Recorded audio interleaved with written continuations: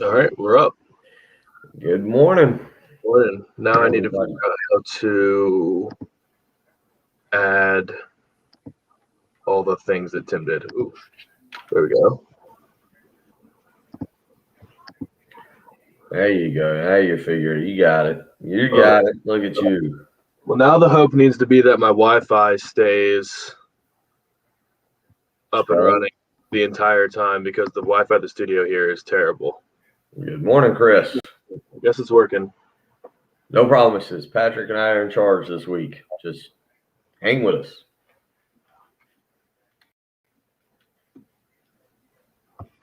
Ooh, I'm gonna plug this sucker in too.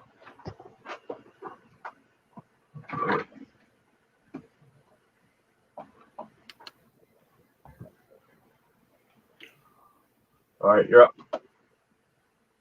Oh, no Tim Hill and Bill Gunter. It's the Patrick Perret and Bill Gunter show all week long. Welcome into a post-Easter Monday morning. What a weekend of sports. South Carolina women's basketball on Friday night. A phenomenal Final Four game on Saturday evening. The Gamecock the Gamecock baseball team taking 2 of 3 from the Georgia Bulldogs, bouncing back after an opening night loss. Masters Week, as Gamecock will on the Cool Care Heating and Air text line has already pointed out, begins this week. There is plenty to get into. If you want to join us this morning, Patrick is at the controls in the studio. I am hanging out at the house here watching a little CNBC. Flip over to some sports here shortly. If you want to join us, so many different ways for you to weigh in on whatever it was you saw this weekend that grabbed your attention and caused some opinions. You can do so via the Love Chevy phone lines. 803-404-6100 is how you join us. Cool Care Heating and Air text line, the exact same number, 803-404-6100. We have Twitter applications. You can get at us at WIL Gunter, Gunter. He's at _ Patrick Perret. And of course, you just want to look at the faces that is Patrick Perret and myself. You can always find us. Right now, you can go to Twitter. Patrick or 1075 The Game on Twitter has put out the live stream link. You can look at us. You can talk to us. You can send in your thoughts. You can go to YouTube. We beg you to subscribe. We beg you. We're pitiful. We have nothing better to do with our lives. We beg you to subscribe. Become a subscriber on the YouTube channel. Chris is in early 6:04 with a morning guy. So we are off and running on a Monday morning, April the 5th. And we want you to join us today because, man, what a weekend it was. You also had the start of Major League Baseball. Obviously, last Thursday, it carried through the weekend. Patrick, let's just get it out of the way. There was a lot. Gamecock baseball, again, the women's basketball on Friday night. You had, again, Houston Baylor was Houston Baylor. I kind of expected that. But then Gonzaga and UCLA. What was the big takeaway from the weekend? The one singular big takeaway. Well, I think I was proven right last week when I was hyping up Gonzaga and Baylor. That's my takeaway. The takeaway? Yeah, because I was saying, hey, Baylor can give Gonzaga a game, and everyone was saying, no, Gonzaga's just going to roll through. They're going to blow out everybody. It's not going to be competitive. Don't even bother watching. What happened? Baylor dominated a really good Houston team, and Gonzaga squeaked by UCLA. I don't know if UCLA is legit or not, or they were just something happens to these teams in March and they just get completely hot. But UCLA couldn't miss. Gonzaga wasn't playing like themselves for long stretches, and I think we're set for an awesome national championship game. I think I saw the first time since 2001 that the number 1 versus number 2 seed in the preseason will play each other in the national championship, and the first time since like 2004 or 5 or something like that the number 1 and 2 overall seeds in the NCAA tournament have met in the finals. And I mean, we got there. It was probably the perfect setup for that. I mean, it was a ridiculous game, and capping it off with Jalen Suggs hitting, I don't know, is that one of the probably going to be one of the 3 to 5 most iconic shots in NCAA tournament history at this point. It's going to go down in that area. It was not to take away from it, was a little bit closer than 33 feet is what it was. Yep. ESPN did their analytics on it, and I saw that 33 feet. So I don't know. I think if he'd have just made it, I think I probably would even give it less credit. But the fact that he banked it in, right.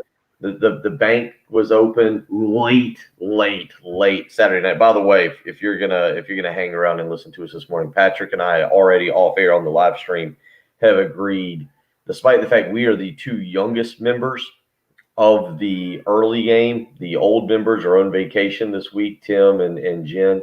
Tim taking some much needed time off with everything going on. I'll be honest, Patrick, I don't remember the last time Tim took a day off.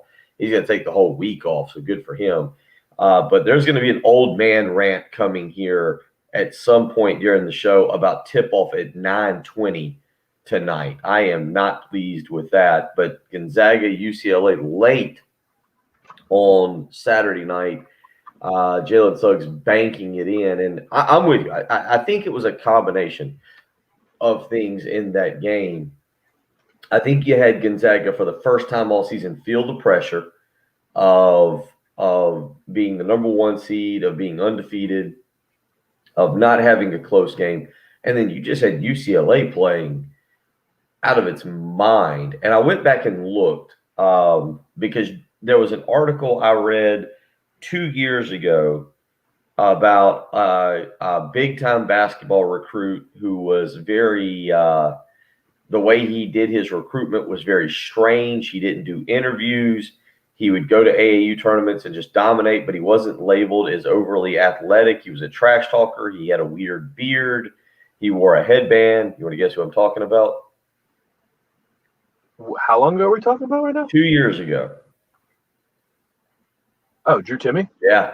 I started wondering. I was like, what happened to that? Like, I remembered that article when it happened. And so I went back, found it. Well, then I started looking at recruiting rankings from that particular time. And so I didn't realize Johnny Juzang was a top 30 prospect. And really? I don't know. I didn't go and do all the research on it. Originally was expected to go to Kentucky, did not go, obviously ended up at UCLA. They got some other good players there. I just think UCLA put it together when it mattered most. We've seen that, saw that, in 2017 with South Carolina. Put it together when it mattered most, and I thought Gonzaga played with a little bit of pressure on their shoulders on Saturday night. We'll see if they get over that tonight. I'm with you. I think that it's going to be a fun game tonight. For those of you that are interested, and we'll repeat throughout the morning, tonight, Gonzaga is a 4.5 point favorite. The over/under, I think, it's up there, 159.5. So you're talking about a pretty good scoring basketball game that should take place. I'm with you. The names might not be sexy. They might not be the perennial blue bloods that you constantly get in a college basketball national championship, the Dukes, the North Carolinas, the Kentuckys, whoever else you want to throw in there, to Kansas.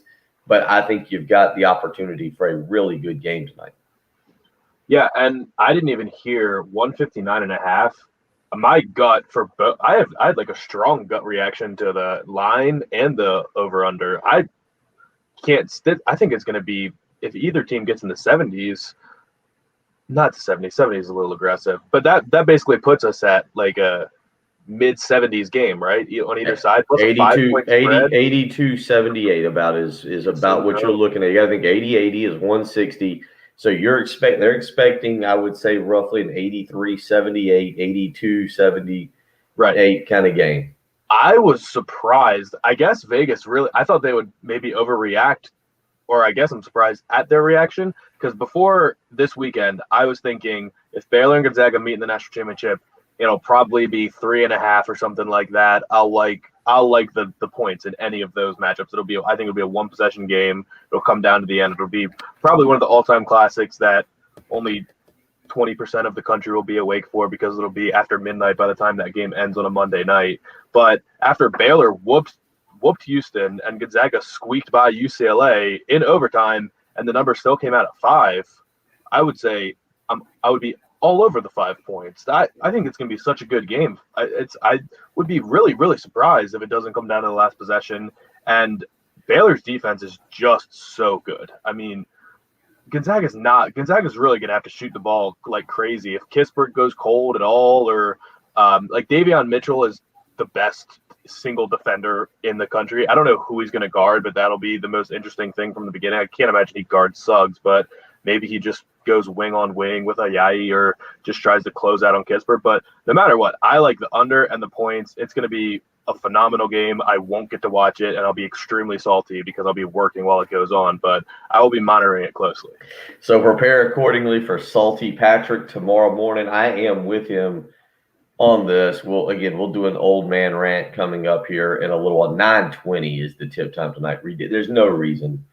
I guess I say that. I guess we say that with East Coast bias because I guess if you tipped it off, at 8:30, then you're talking about West Coast being a 5:30 tip time. Either way, I'm with you. I'm not thrilled about the 9:20 tip time, and then staying up most of the night to. I have some numbers to back it up too. How ridiculous it is. Yeah. Do they make these times once the results are decided, or No.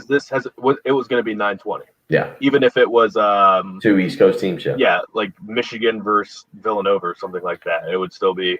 Years ago, before I came to 107.5, I was doing another radio show, and the first time we did a morning show, the very first time was on a Monday morning like this, and it was North Carolina and Villanova for the national championship. And I'm trying to think, was it Jenkins who hit the three? Yeah, I think it was Jenkins who hit the three. And I made it to like 3 minutes to go because it was the first time we'd ever done a morning show like that. I was on another station, another show, and didn't see the ending. And it was kind of similar to about what happened on Saturday night, where the TV was on and there was an explosion of noise. And I popped up to kind of see what was going on and check everything out. So we'll see tonight. Again, Baylor, Gonzaga. Patrick asked the question. We'll kind of start you off with that.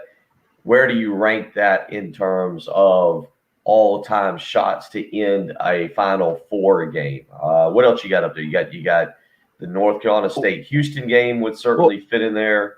If we just take out the Final Four tournament part of it, I mean, all the greatest shots are going to have happened in the tournament, right? I mean, the greatest shot, you just mentioned it, the Chris Jenkins shot, DC zone, Chris Jenkins, Gonzaga High School, winning the national championship on a buzzer beater has to be the number one. Like, people might text in or call in with something that happened 30, 40 years ago. The Leitner shot was in the tournament, right? Leitner shot was in the tournament. I think that was. What round was that? I want to say that was an Elite Eight game that sent Duke on to the Final Four. I'll look that up just to confirm, I think, but I'm pretty sure that was an Elite Eight game that would end up sending Duke on to the onto the Final Four that year. But we'll check that out just to confirm that. But I think you got that. Obviously, you didn't make it. 1992 Elite Eight is what I've got here. So, the Gordon, I saw a lot of references to the Gordon Hayward shot that rimmed out from half court. That would have. Yeah, I mean, that would have been number one. Right. Yeah. You make a half court to win over Duke as a Butler team in the national championship. Yeah, that would be number one. I think you got that. But I think it's really before both of our times. But I think people are going to put the NC State Houston shot up there, probably right there with Chris Jenkins. And then even though Jalen Suggs was every bit as impressive, it not being a national championship winner, it probably ends up being third on the list. But it was an absolutely phenomenal it was a great game. I mean, I kept waiting on Gonzaga to pull away and pull away and pull away. They never did. Were you surprised by that, or were you completely bought in that UCLA was going to keep this thing close? Well, before the game, I thought Gonzaga was going to crush them. I thought that their luck was going to completely run out. I saw the video of Johnny Juzang. Like, did you see his brother showed up? They flew him in from Vietnam, and they had to talk on the phone through the window. And I was like, poor brother flew 25 hours just to see his brother, who's been on a tear through the NCAA tournament, get whooped by Gonzaga. Like, that's very unfortunate timing. And then I don't know. Once they kept it close through the half, was it tied at the half or I can't even remember, but they kept it close. And once it went to overtime, I thought UCLA was going to win. I thought with Timmy going into overtime with 4 fouls, I was like, oh, this is set up perfectly. And that, I mean, we do have to talk about it. We have time all morning to break it down. But Timmy taking that charge with 4 fouls with 10 seconds left or whatever it was is super gutsy and was ridiculous. And then just absolutely dominated over time. 3 ridiculous moves on the low post, and I was just so impressed. I totally thought he was going to foul out, and the UCLA was going to take advantage of that with the size and win. But when it stays that close, I always think that the underdog is going to get it done. And UCLA just seemed to be a team of destiny, so I was a little surprised. Johnny Juzang finishes with 29 points to lead UCLA. He was phenomenal all evening long. 45 minutes, played the full game, 12 of 18 from the floor, 3 of 6 from three-point range. He kept them in the game. Tiger Campbell also was fantastic, 17 points on the night, 6 of 11 shooting. He dished out 7 assists. Tiger Campbell is fun to watch, by the way. I mean, that guy is something else. They do it. UCLA does it really playing 6 guys. One guy, Singleton, came off the bench and played 31 minutes. Everybody else, you had 3 guys for UCLA that played 40 minutes or more. You had 4 guys. This is the interesting part, Patrick, for Gonzaga tonight. They did it really playing 5 guys. 2 guys come off the bench. 1 guy plays 10 minutes. 1 guy plays 9 minutes. But they do it with their starters. 4 out of the 5 guys, Drew Timme, as you mentioned, the only guy who doesn't hit the 40-minute mark in the game, and he does it. That's because of foul trouble. Right. 4 guys play 40 minutes in the game on Saturday night. It was a fantastic game, a lot of fun to watch. Gonzaga led by 1 at the half, 45-44, and it was a back-and-forth contest. I will openly admit I don't particularly have a rooting interest in either team. I was pulling for Gonzaga strictly because I just didn't care to see a UCLA Baylor national championship. The build-up for Baylor Gonzaga, you and I have been talking about it since late November as basketball really got going on into December when we would get into some college basketball discussion. I'm going to confirm this. I believe these 2 teams were expected to meet earlier this year, and it got postponed. It got postponed. So we get the 1 versus 2 game that you and I, when we've talked college basketball, kind of expected all along, and we'll see how it goes. They were expected. It doesn't give me a date, but it was very early, very early. So that's your heading into the national championship game. Again, we will do an old man rant about the 9. Patrick's got a statistic. 9:20 tip time tonight from Indianapolis. 27-2 Baylor versus 31-0 Gonzaga. It was a game. It was phenomenal. It was a lot of fun, and these 2 teams were expected to play Saturday, December 5th. They will do it again tonight. If it wasn't for Jalen Suggs banking in a 3-pointer at the buzzer in overtime from 33 feet out, we would have led with the women's team. South Carolina's women's team, Dawn Staley, they suffer a just heartbreaking defeat. We'll talk a little bit about that. Your thoughts are welcome. 803-404-6100 is how you can join us this morning. You can do that via the phone line or the text line. You can hit us up. Carlton is in early on the live stream. Good morning, he says. And then we've got, he says, DM says it's low. We'll work on some audio so that you can hear us. I don't know if he's talking about the audio on the live stream or audio on the radio, but we will work on it all morning for you. It is a post-Easter Monday. And again, as Gamecock will weighed in on the text line at 5:55 this morning. It is Masters Week. I am very excited about that. We'll get into that a little bit this morning as well. So many things to do. Again, 803-404-6100. If you're like me, no kids to school this morning, so maybe you're moving a little bit slower and not having to jump up and get the kids dressed and ready and some breakfast and out the door. Either way, we got you covered. We got you covered. We'll get into a little bit of that women's game.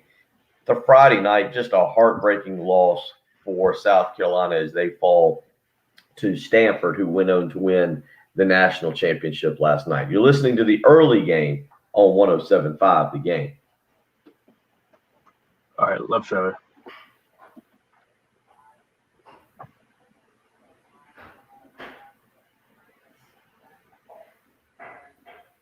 Oh, it is. Well, for at least Lexington School District 1, for my kids, it is spring break week, and that means maybe getting a little vacation. And I think the kids are going to head to the beach here later this week. You also want to make sure if you're doing spring break, you got a vehicle that's going to get you to wherever you go. Love Chevrolet is just the place for that. And how about this? Love Chevrolet is once again proud to announce that thanks to your incredible loyalty, they have been presented with the Mark of Excellence Award for 2020. And it's just not any trophy that you put in the case. The Mark of Excellence Award, which is what Love Chevy has received, is the highest honor any Chevrolet dealer can receive. It's only given out to a handful of dealerships in the entire country. And once again, Love Chevrolet right here in Irmo, South Carolina has earned it. It's their commitment to providing you with the absolute best sales, service, and customer care. You've heard me talk about it each and every morning, the $1,000 low price guarantee. I am a huge fan of that sales staff. They are accommodating. They are knowledgeable. When you drive onto the lot looking for a new or pre-owned vehicle, they are going to make you feel comfortable with your purchase. And that's exactly why that sales team over there, absolute best in the business. Also, if you're going to make a purchase, don't forget Love Chevy has got financing options for all of life situations. You can buy there, you can pay there, all the way up to 0% financing for 72 months. Go buy Love Chevrolet, I-26 in Harbison between Lowe's and Frankie's Fun Park. You can check them out on the web, lovechevy.com. Go find out for yourself. Once again, Love Chevrolet has earned the Mark of Excellence Award for 2020. Again, I-26 in Harbison between Lowe's and Frankie's Fun Park, or on the web, lovechevy.com. Get out to Love Chevrolet and find new roads.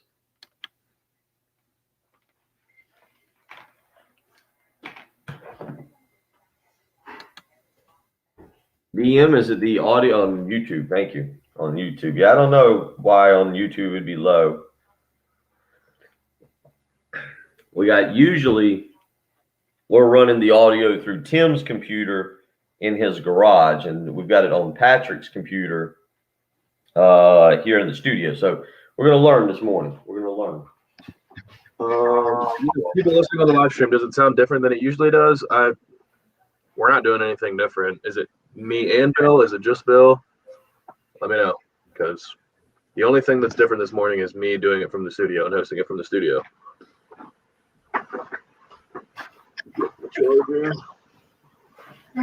But the good news is we've got the live stream going. In the past, when Tim was out, there was no live stream. So we're back off and running with that. We'll get it worked on all week. Let's see. Need to figure out how Tim does all these things. Oh, those little yeah, you got time. You got time. Don't, you know. You got time. I think that was perfect. Now we got this Grill Bill segment at 8 a.m. Do we? Do we have a Trey? Yeah, usual live streamer Trey. Yeah, good. Oh, thank you, Timothy. Sounds fine. Good morning. Good morning, LeVar. Hope everybody had a great Easter. I loaded up on eggs, on ham, mac and cheese, green bean casserole. I think the green bean and broccoli casserole are wildly underrated to any holiday party, holiday gathering.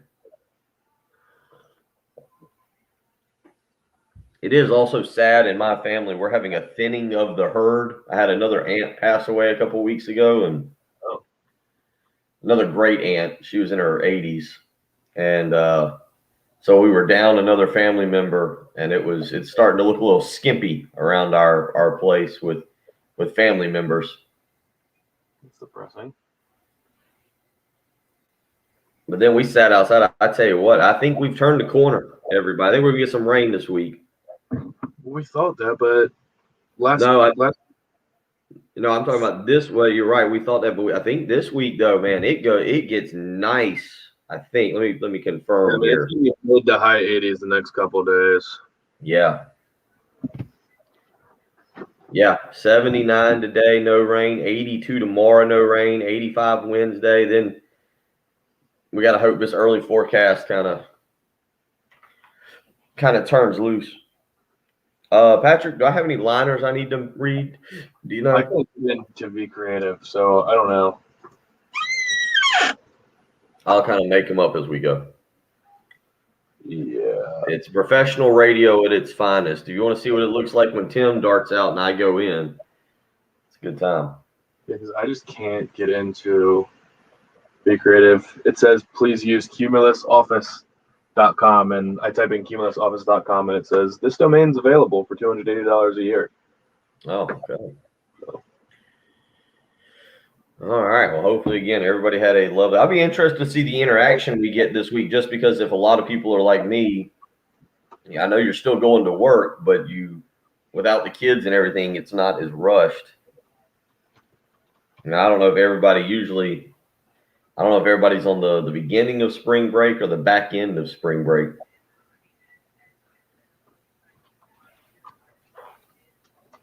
It should be a good week, though. Although staying up late tonight is not my idea of a good time.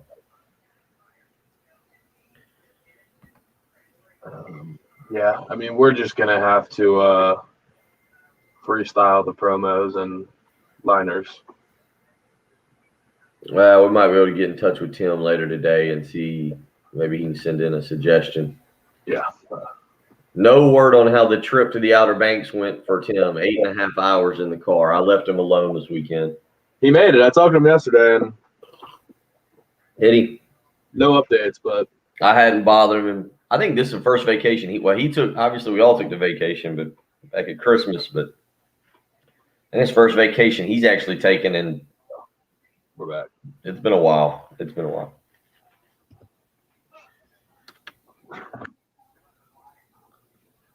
All right, you're up. 803-404-6100. How you can join us. Love Chevy phone lines, Cool Care Heating and Air text line. Both of them work. If you want to weigh in this morning, again, the live stream up and running. LeVar, Craig, Timothy, DM, Carlton, Chris, all weighing in. You can check out what Patrick and I look like. Patrick's in charge of the live stream, and he's producing this week. He is doing it all. I'm doing the easy work. I've got the coffee going and the television on, and yeah, we're going to need to lay down ground rules for the callers this week. I'll go over them a couple times, but I'm producing, co-hosting, running the live stream, doing everything. So rule number one this week on the phone lines, no small talk. Basically, it's going to be good and bad. We're not going to really screen calls. You're just going to tell me your name so that we can get you up, and I'll be ready to hit the dump button if we need to. But there's no time for chit-chat. Don't call if you don't want to get on the air. And, yeah, that's pretty much it. The non-friendly. In and out. I'll say 175 the game. You'll tell me your name and just a one-word subject. Bill, Masters. Just like that. There you go. All right, Bill wants to talk about the Masters, and I'll put you on hold. We don't have time for that chit-chat this week unless you're going to join us again. Multiple ways to do that if you want to weigh in. 803-404-6100. Cool Care Heating and Air text line and Love Chevy phone lines. Again, also the live stream. Head on over, subscribe to that. You can do it 107.5 The Game on the YouTube page. We beg you to subscribe. We're asking you to subscribe.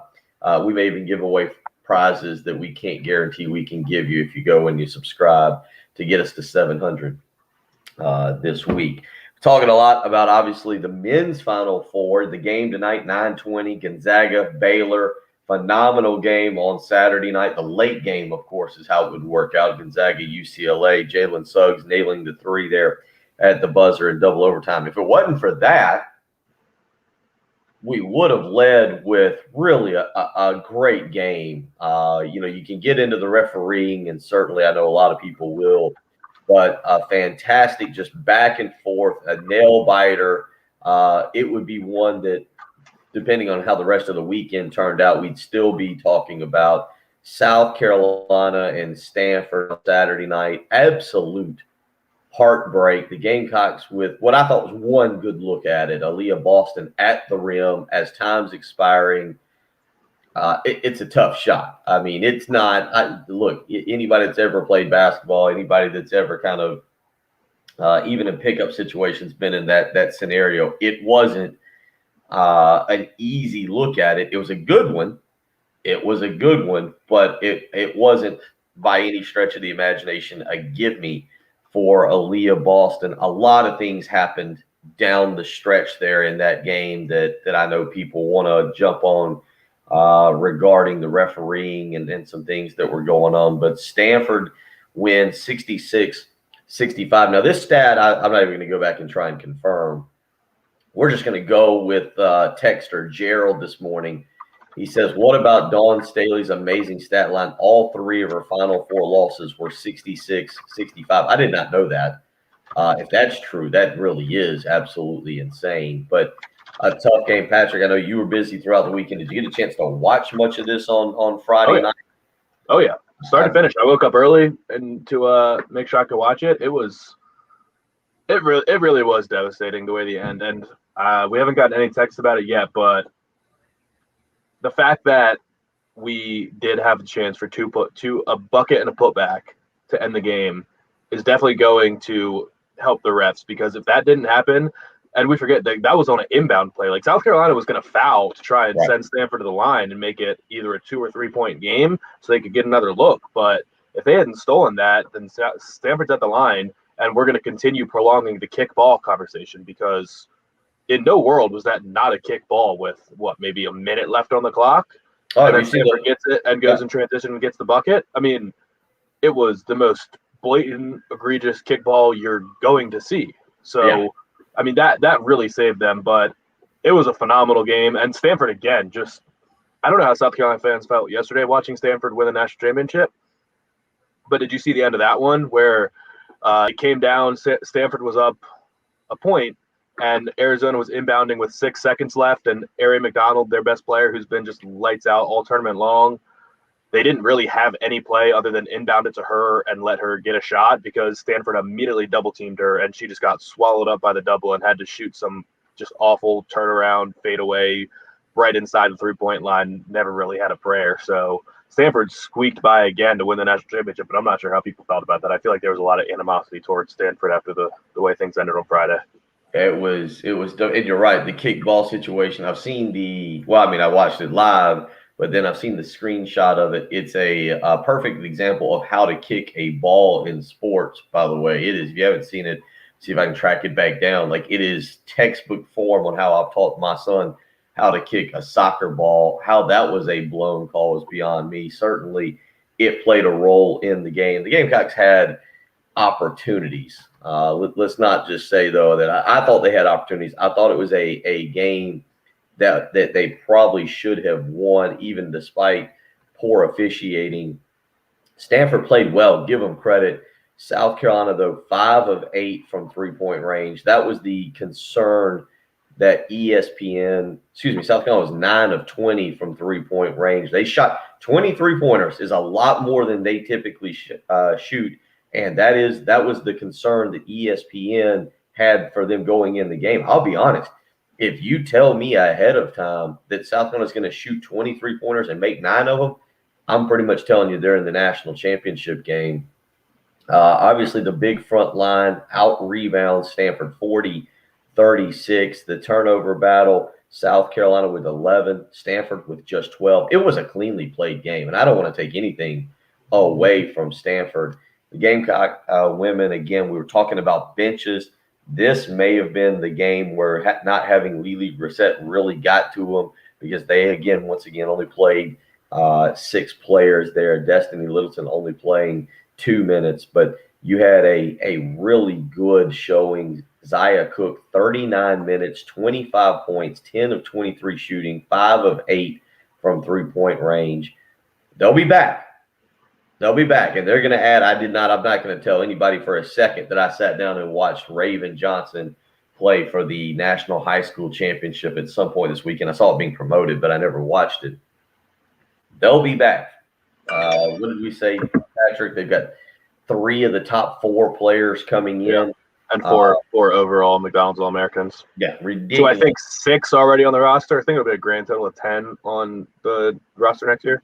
They'll be back. That's for sure. It's not a matter of if the window's closing. It's not closing. Dawn Staley has built an absolute dynasty and a powerhouse in women's basketball. And what happened on Friday night was a shame. But you expect those young ladies to learn from it and bounce back next year. And I would be shocked if they're not the preseason number 1. Certainly Connecticut getting knocked off. That was actually the bigger surprise, right? Like, it's not like I sat around and watched Connecticut and Arizona after South Carolina, Stanford. But I will admit, later in the evening when I saw Arizona had beaten Connecticut in the other Final Four game, I was pretty shocked by that outcome. Yeah, because Stanford was the number 1 overall seed. So it was to South Carolina fans, maybe because of the way they were playing and the way the game unfolded. But yeah, I didn't watch it because it was, again, too late and I was at work. But I think that also was probably happy. Everyone was very happy about that. I think Connecticut's that team that you're either a Connecticut fan or you're cheering against Connecticut at all times. 803-404-6100. Again, how you can join us this morning. You can do so via the Love Chevy phone lines, the Cool Care Heating and Air text line. Craig weighs in on the live stream. I thought she went too far away from the rim on the layup. Thought she should have gone more straight at the basket. Look, it was contested. Both were contested shots. Boston had a good look at it, but it was contested. It wasn't like it was a clean look at it. I think it's a shot that she probably makes 4 out of 5 times, 8 out of 10 times, if you want to go to that matter. But it was a contested shot, and it was a difficult shot. And certainly your heart breaks for her as that was extremely difficult. But both were – it was a wild ending. I mean, Patrick's right. Stanford's inbounding the ball. South Carolina's going for the steal. There's no call. The ball pops out loose. They have a great look at they had an average. I didn't think the layup was a great look. I didn't think the first layup was – I thought that was extremely difficult. But Aaliyah Boston with a good opportunity and simply couldn't get it to go down. And South Carolina's season comes to a crashing halt. 66-65 is how that game ends. So very, very difficult to stomach for the Lady Gamecocks, but as we just said, 4 McDonald's All-Americans coming back. No doubt they are pretty much the preeminent athletic team in this state, and we'll continue to watch them and see what they can do next year as Dawn stays. We expect college basketball to get back to normal. 803-404-6100, how you can join us this morning. We'll continue on. A little Major League Baseball from over the weekend. We haven't even gotten into the fact South Carolina's baseball team rallies. They lose Friday night. It was not a good Friday night for the Gamecocks as a whole. But South Carolina's baseball team rallies. They win 2 of 3 from Georgia to take the series. They continue to roll through SEC play. 6-3 now. How about that? Not sure how many people thought that after losing the series to Texas and to Vanderbilt, but 6-3 in SEC play. We'll get into a little bit of that. Your phone calls, your text as well. The live stream up and running this morning. I look a little tired, but I feel pretty good. An Easter Sunday that involved a little bit of hockey last night and some movie with the kids. You're listening to the early game on 107.5 The Game. All right, Crowder.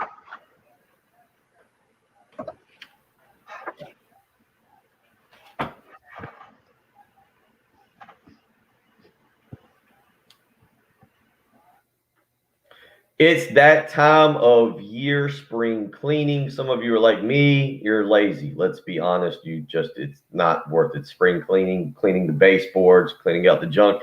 You know what you'd rather do is just move. It's easier. You have movers come, just move to another house.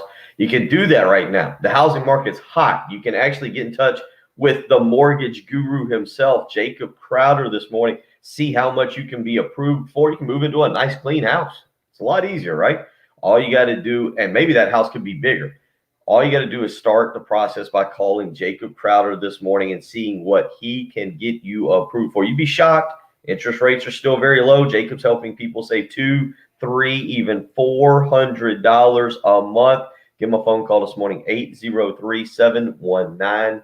1005. Business is doing so well right now. The housing market is so hot. He's even added Brian Kovar to the team to help him. You get in touch with Brian or with Jacob this morning. Again, 803-719-1005. Again, the housing market's hot. You've heard me say that 3 times already. How hot is it? Brian wants you to know he's a huge Hoosiers fan.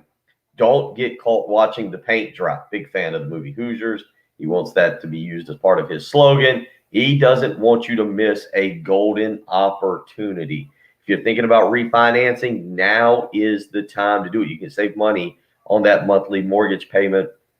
Phone number, 803-719-1005. Email, the letter J, Crowder, CROWDER, at firstpalmetto.com. Again, Jacob and Brian working with First Palmetto Bank. Don't wait around. Get in touch with them today. They are looking for local lenders to help them as well. That phone number, 803-719-1005. That's Jacob Crowder with First Palmetto Bank.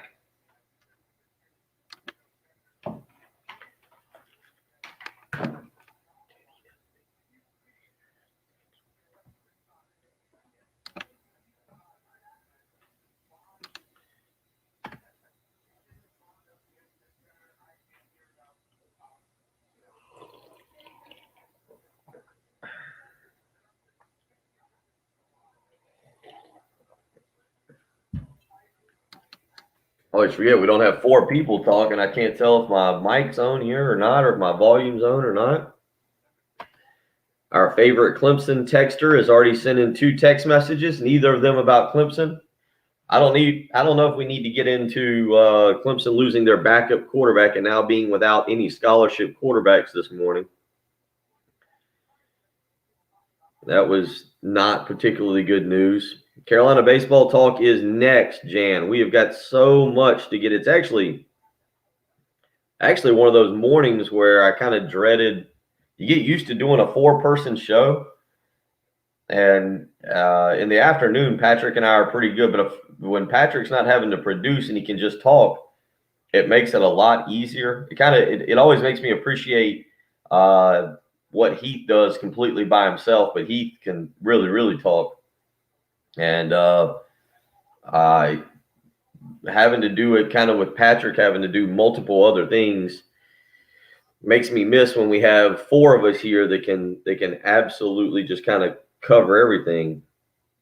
I'm trying to look up the Clemson backup QB's name to hear it pronounced properly again. I don't know who won the Clemson spring game. I didn't watch. It was not something that I was really getting into on Saturday. The Clemson spring game was kind of at the bottom of my list. Did anything notable come out of that? Huh?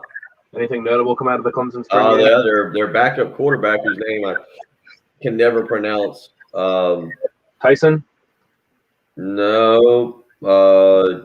Is it? I thought it was Taysom, and then his last name I can't pronounce. Filmachan or whatever? Yeah. What, did he play really well? 14 to 25. People I talked to said he really said he wasn't really that bad. Of course, their defense is really, really, really good, but I don't think their offense is near what it's been in the past. Of course, all they got is their starting quarterback now. They'll still win because they don't play anybody. They'll lose to Georgia. I'd pick them to lose to Georgia. But, of course, Georgia lost another receiver over the weekend. I'm not sure if you saw that. Who? I got to go back and look. Like a commit or on their actual team? No, they had another guy tear his ACL. Yeah, Georgia lost another. Yeah, he did. I guess we'll talk a little bit of Clemson, just because people don't know. But I gotta figure out how to say his name first, because otherwise I'm gonna, as bad as I butcher the one kid, I'm gonna. It stayed on. Good. We did. What? We did just lose connection for a second, but it looks like the stream didn't stop. Looks like we're still rolling. Yeah. Who was the Georgia wide receiver you're talking about? Hold on. I gotta get this Taysom kid. I gotta figure out how to say his name. Arian Smith. What are you talking about? Oh, of course I'm connected. Why am I not getting Sure. Tyson. So Tyson?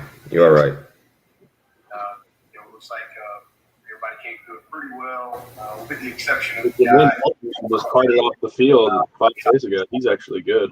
who's probably torn his Achilles. Torn his Achilles.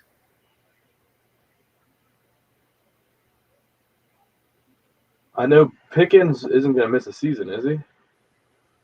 I don't know. Definitely seeing a different demeanor. Yeah, so Pickens After taking his reps, you see that he's has trying an ACL injury. the way he needs to process them, not relying on talent, but really, really diving in. What are you playing right now? Apparently nobody tries to say his last name. I'd say the job not much has changed. Kumachan.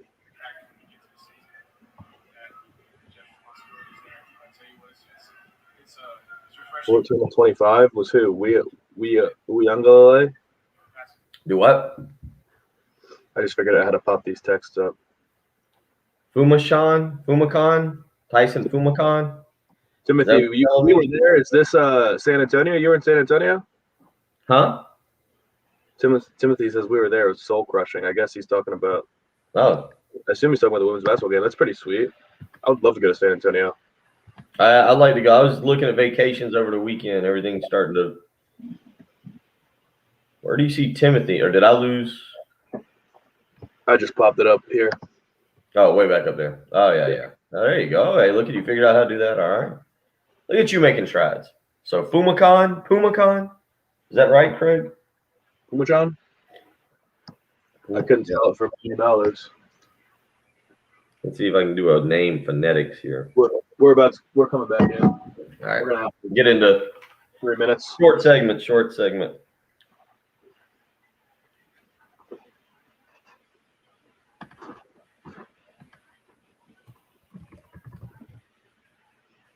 You're up.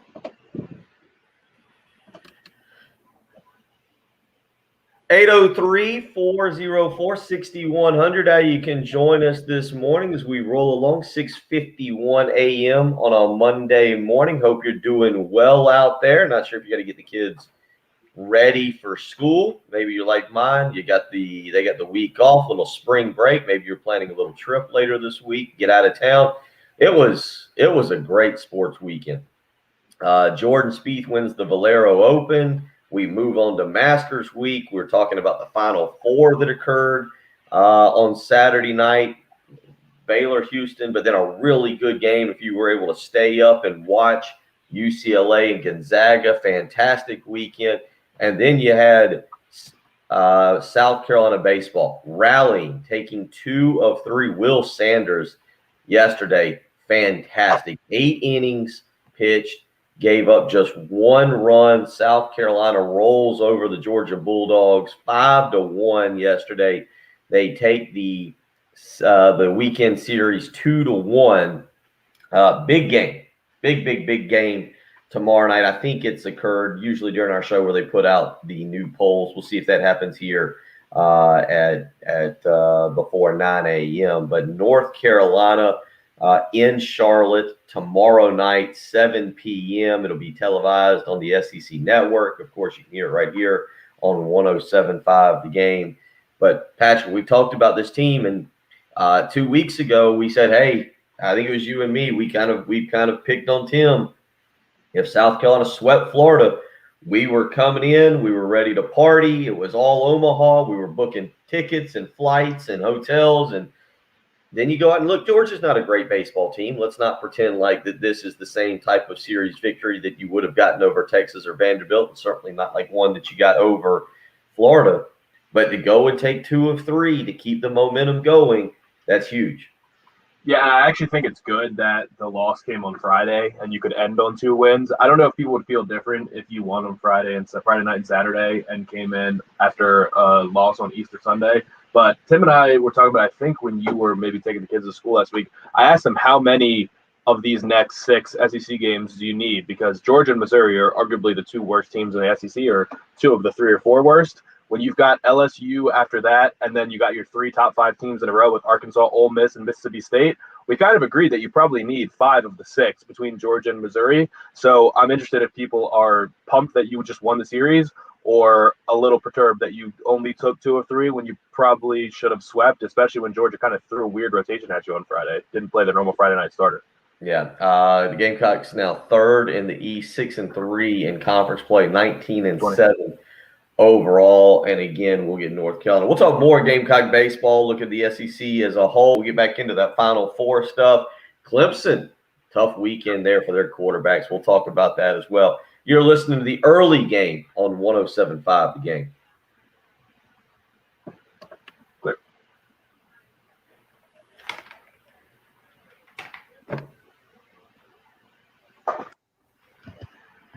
Wow, smooth. Smooth.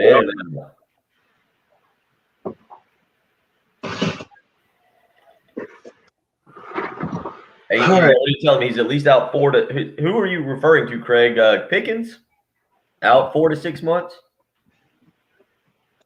Not Tyson. Got a lot of – we need more clarity there. We need more clarity on some of these. You guys got to – It is hard to provide the context of some of these messages when we get back. We're bouncing around. We're back and forth. All right, let me get a little bit more coffee. You got some coffee there, Patrick? Oh, yeah. I've already had like 4 cups. I've almost done this. Yeah.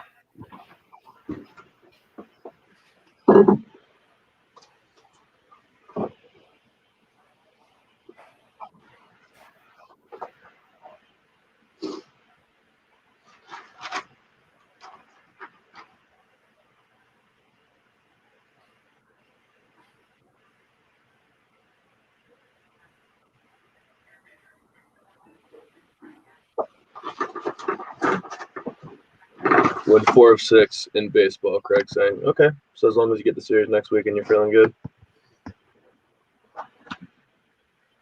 Thank you.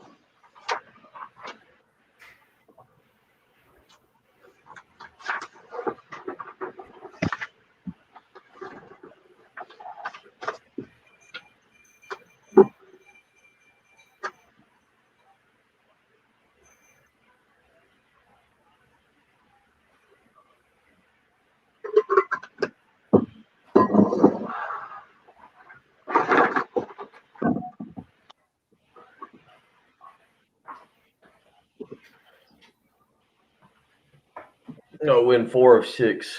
4 of 6, yeah. Yeah, see that we have no clue, Craig. You're talking about football and who does LSU? I need to see who does LSU. LSU's 1-8 right now, Jan. Who do they have this weekend? Because last weekend because their first 3 series were pretty ridiculous. I got their schedule right here. They looks like took 1 of 3 against Mississippi State, swept by Tennessee, swept by Vanderbilt, and they got Kentucky this weekend. Yeah, they're at Kentucky. Oh. So, I mean, they've played number 1 and 2 in the country, and then Tennessee.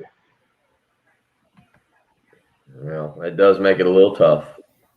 And then after us, they got Kentucky, then us, and they'll have Ole Miss and Arkansas. So 2 more top 5 series. It's going to make it as well. It's going to make it. It's going to make it for a tough season. Jan, didn't you go to Vanderbilt as well, and you're going to Baton Rouge? Yeah, Jan's got a lot of free time. That's pretty awesome.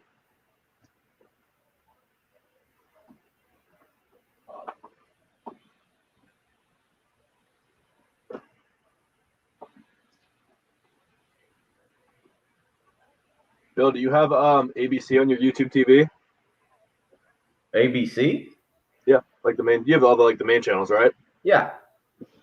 You gonna watch Aaron Rodgers on Jeopardy for the next 2 weeks? I saw that. I don't know. I don't know if it'll be appointment viewing. We'll kind of get through we got 2 weeks of soccer left. We got let's see. I think it's at what 7:30. Does anybody watch Jeopardy and know what time it starts? If I would definitely like to watch it. I'll probably check out an episode or 2. I'll probably get into an episode. It just depends because we got soccer tonight, and then we'll probably do some kind of wings or something, even though the game doesn't start till 9:20. which again is asinine. But you got 7:20. We'll be done by 7:30, and then tomorrow night we're probably going to go somewhere for Taco Tuesday. There you go. And then the kids go to Amanda on Wednesday. All of a sudden, I become a free man. I got Top Golf on Saturday at 2:30. Oh, you're going at 2:30. I think you're going at nighttime. I thought I was too, but I think we're going early. Yeah, which will be good because then we can go do the top. I wonder how long that'll last. Yeah, what's normal? Do you rent? Have you been before to any Top Golf? I've never been to any Top Golf. No, I assume it's rented by the hour, right? I would assume an hour. It seems. I mean, I don't know. Hour and a half. I don't know. When you go hit balls, how long are you hitting balls for? If you go to the driving range, you get like a bucket of balls. How long does it take you? Half an hour? I mean, honestly, it depends on if I'm working on something or not. Like the thing is where I go now, they don't have grass. They switch to these really nice mats. Like the ball raises up out of he's got Like a little rubber thing? Yeah, it's on a rubber tee, and you can knock it off, but you've got a little container you put the balls into, and it raises up out of the mat. But when I work on my irons hitting off of a mat, isn't the same as hitting off of ground because a mat just is like it's just perfect. Yeah. So I hate hitting. I'll work on my driver, and sometimes I'll work on my short game. But I'll be honest, I was out here. I hit a couple drives into the lake on Saturday, just kind of working on different things. I'll go get a bunch of cut range balls from Jim's place, the ones that are cut, and just smack them into the back of the cove and kind of walk around. But yeah, I'm with Craig. An hour. I'm more of a just go and play and figure it out kind of guy. I'm not going to be on the tour. I don't need to spend an hour just smacking balls at the range. Is your first when you play a round? Is your first swing of the day on your tee shot on hole one? It depends. I prefer it now. I prefer it not to be, but like it was in that tournament I played in last Monday, and I worm burned it left. It was not with a crowd around me. It was not one that I was particularly pleased about. But if I can get there just early enough to hit like 6 or 7 shots on the range, just to get the motion, I feel better. I don't really care about putting because I'll go stand on the green on the first green wrap and hit 6 or 7 putts before. Because it's a captain's choice. If I'm playing people, typically I do like to putt a little bit. Actually, at what point do you get tired? Because don't these guys in tournaments, like the later groups, you'll see them start to get out to the range to putt and start hitting shots like 2 hours before their rounds, right? Mm-hmm. That's just crazy. Same thing as anything else. It's just conditioning. I mean, and I know there's some larger player, but you kind of condition yourself to play golf, like even so much. That means you're out in the sun for like 6-7 hours. Like that's way too much. It's a lot. All right.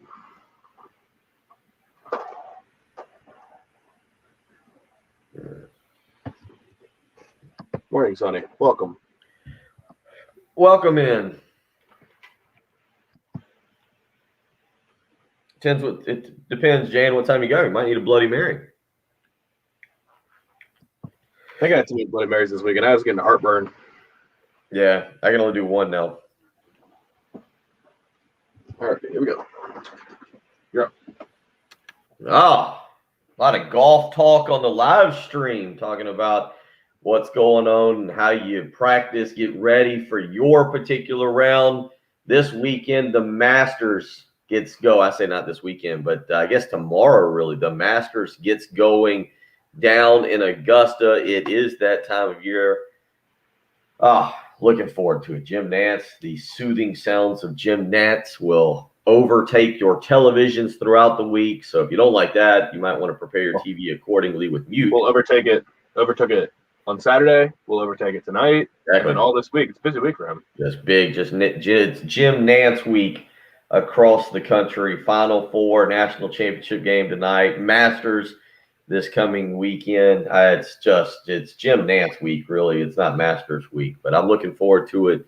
Weather right now, the early forecast looks a little fuzzy. It looks like maybe some rain coming in late in the week. Call it 40% chance on Friday and Saturday. I'll actually be out at Top Golf here at Williams-Brice Stadium on Saturday, roughly around 2:30, doing that. So should be a really fun week. You've heard me talk about my kids are on spring break. They're still asleep as far as I can tell. I think one of them might have woke up. So if you're not having to do the get the kids to school thing this morning, maybe you're being able to relax a little bit more, not have to go through the school drop-off line. Kudos to you as we move closer and closer to summertime. But Masters this week should be a lot of fun. Should be an absolute blast for all of us around here. The weather expected to turn. I'm just going to kind of glance real quick. Jordan Spieth, by the way, breaking a 4-year drought and winning yesterday at the Valero Open out in Texas, San Antonio. Pretty good tournament. Watched a little bit. It wasn't on the top of my list of things to watch this past weekend, but checked out just a little bit. And your current Masters odds, if you're interested for this coming week. Dustin Johnson, 9-1. He is the favorite. Justin Thomas is second on that list at 10-1. And then you have Jordan Spieth and Bryson DeChambeau at 11-1 each. John Rahm, 12-1. I believe I've seen this story. I haven't paid as much attention as maybe I should have.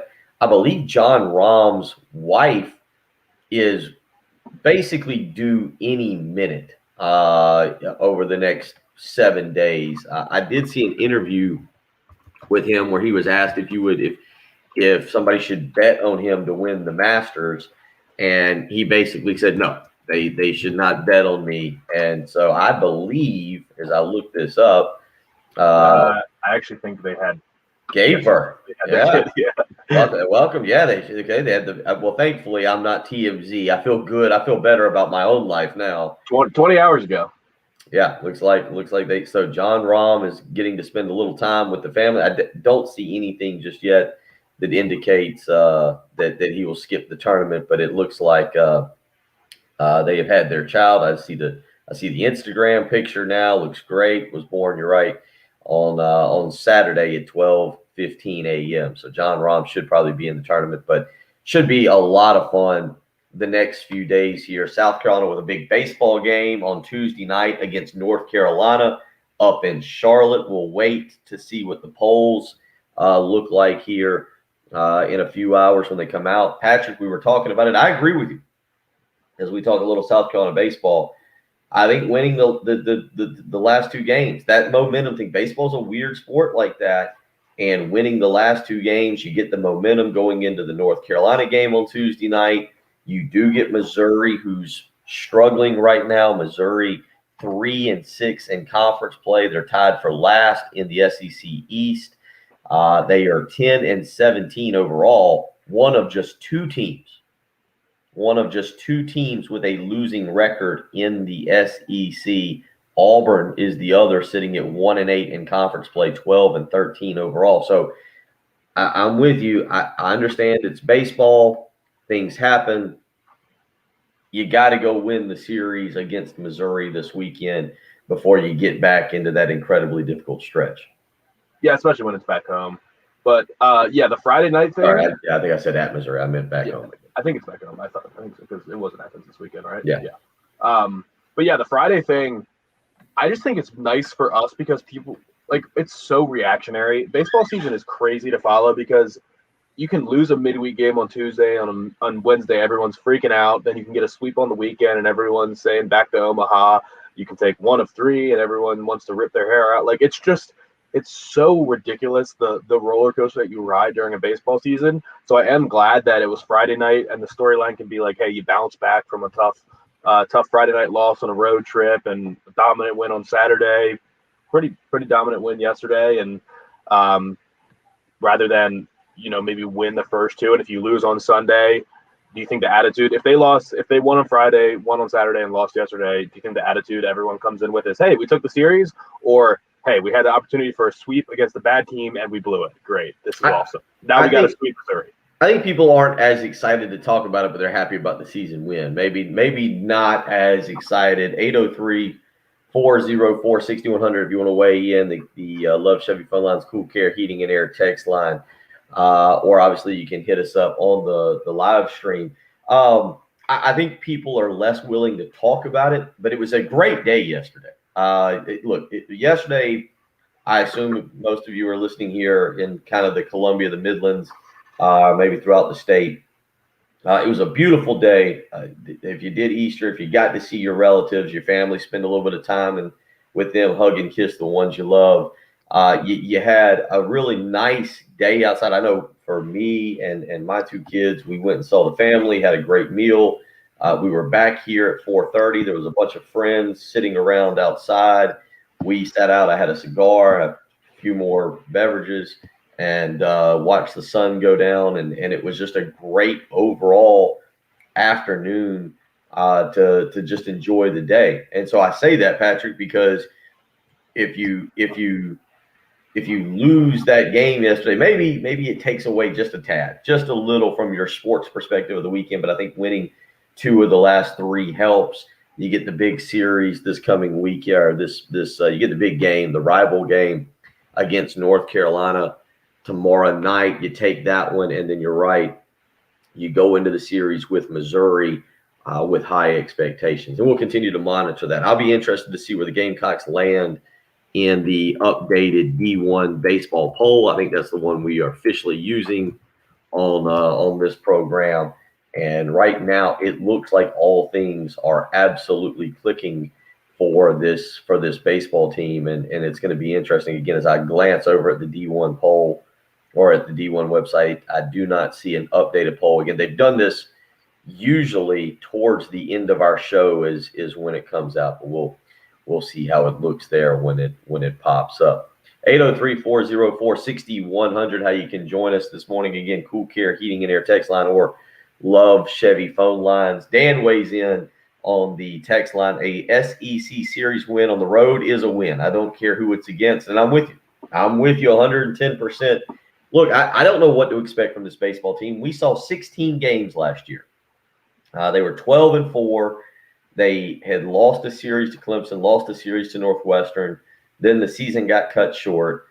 I don't think we really got to know that baseball team and what the strengths and the weaknesses were. But we're seeing right now pitching for this team can be extremely good. Will Sanders, again, yesterday, fantastic. 8 innings pitched, 1 run given up. This is a team right now that I'm just a believer, especially in college baseball, but you get that momentum going. You kind of get the confidence going. I saw they had what's the name of that thing where the death always scythe? Thank you. Yeah, apparently they got a new scythe.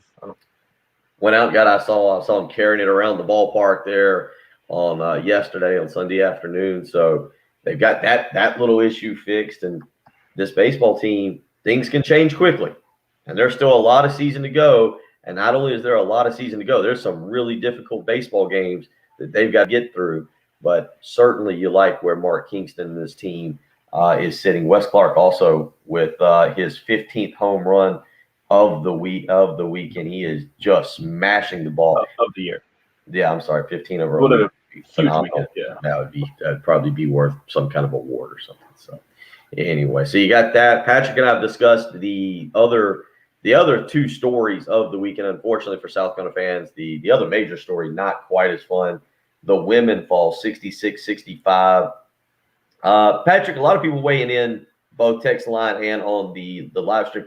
I didn't think the officiating was great. I'm not trying to say that the officials cost South Carolina the game, but at the same time, I'm with you. It was not the best weekend for officiating in terms of the game. I saw people complaining last night. I did not watch last night. I did not watch the Arizona-Connecticut game either, but there were some blown calls that certainly changed a little bit of the momentum in the South Carolina-Stanford game Friday evening.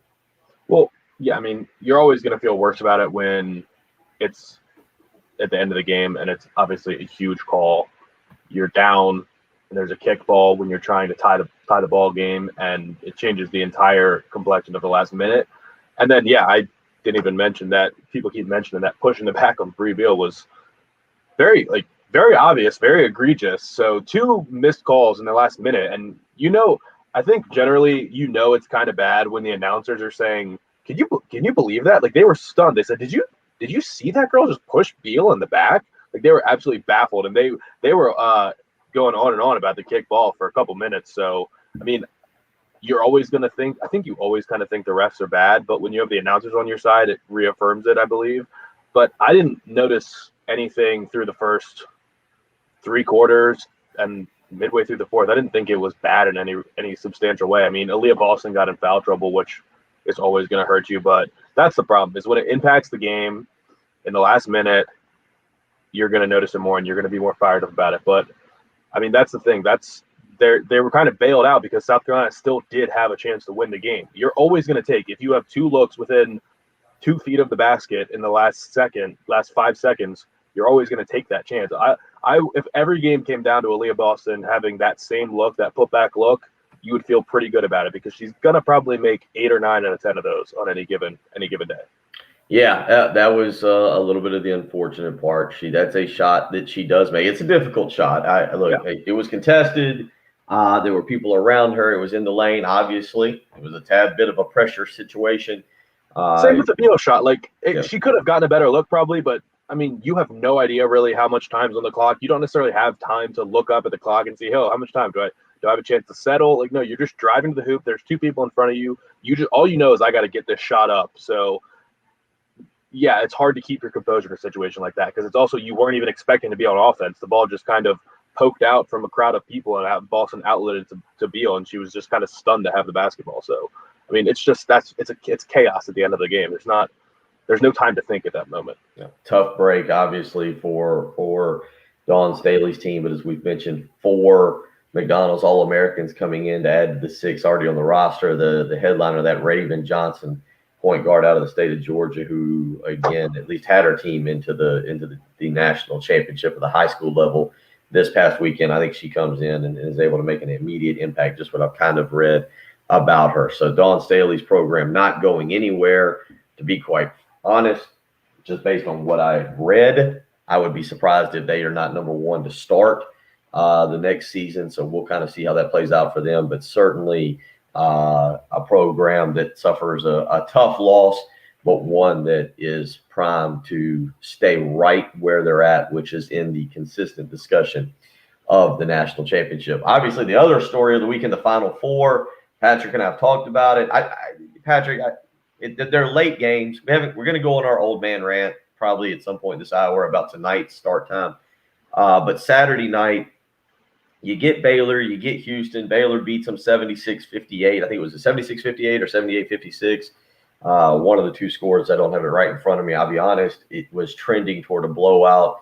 I started fixing some food, prepping, gearing up for Gonzaga, UCLA, which the spread on that game, by the way, was 15. And I feel like, correct me if I'm wrong, correct? I feel like on Friday when we had this discussion, you and I were both on the side of taking Gonzaga to lay the wood to UCLA.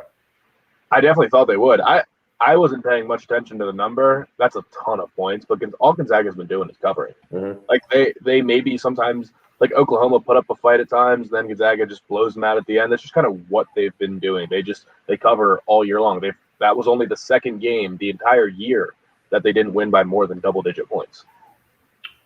UCLA was fantastic, and Johnny Juzang, the former top 30 recruit, who I'm sure now will be declaring for the NBA and doing all that jazz, was fantastic. They were awful. I'll say this: Juzang finishes with 29 points. If you didn't stay up and watch the game, you missed a really great college basketball game.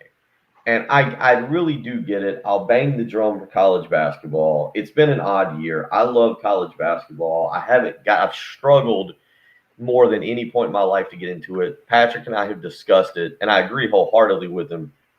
When you watch a game, be it at Maryland or another Big Ten school or a Big 12 school, and then you kind of watch it in the SEC outside of a few different schools, the excitement level from the fan base, the student section for Big 10, Big 12, Big East, games is on another level. And having taken the fans out of college basketball this year for obvious reasons has taken away from it.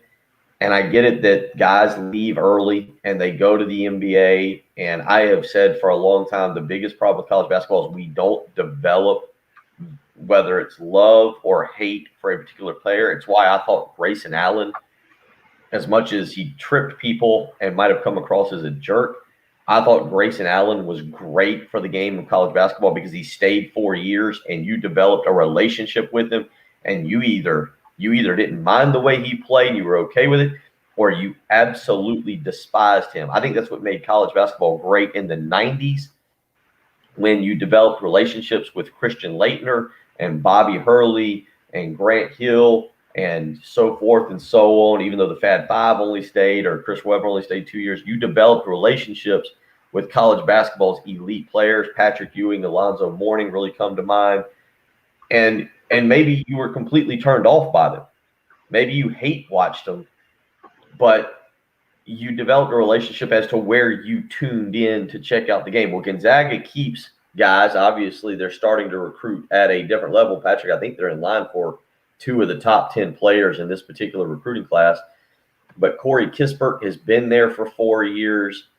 We personally know because of his time at Florida, Andrew Nebhard, who played point guard for the Gators and got South Carolina last year. Jalen Suggs is a fun freshman to watch.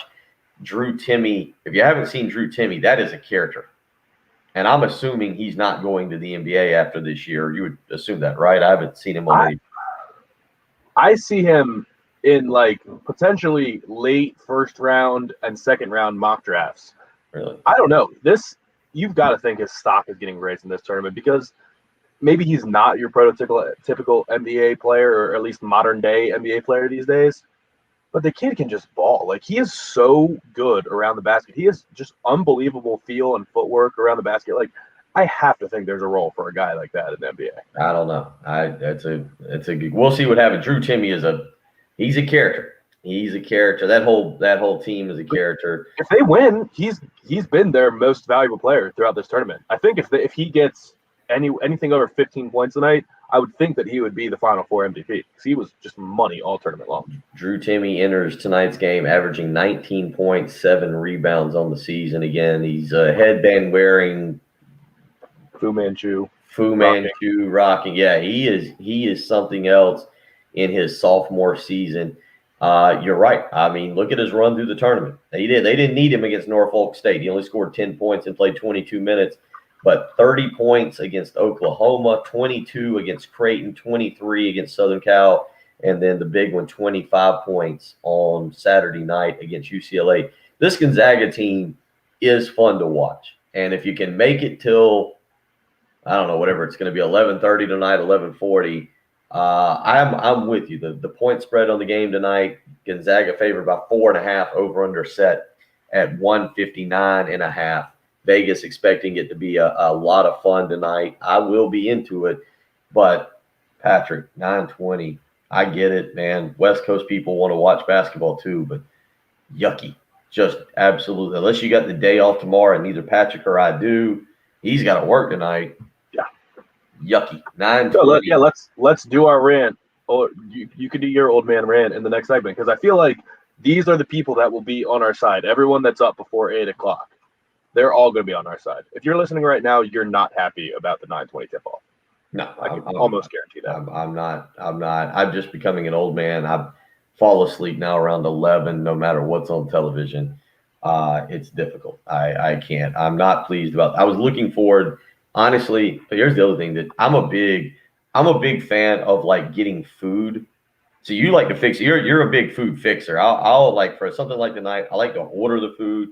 I like to be able to have food around as the game's going on.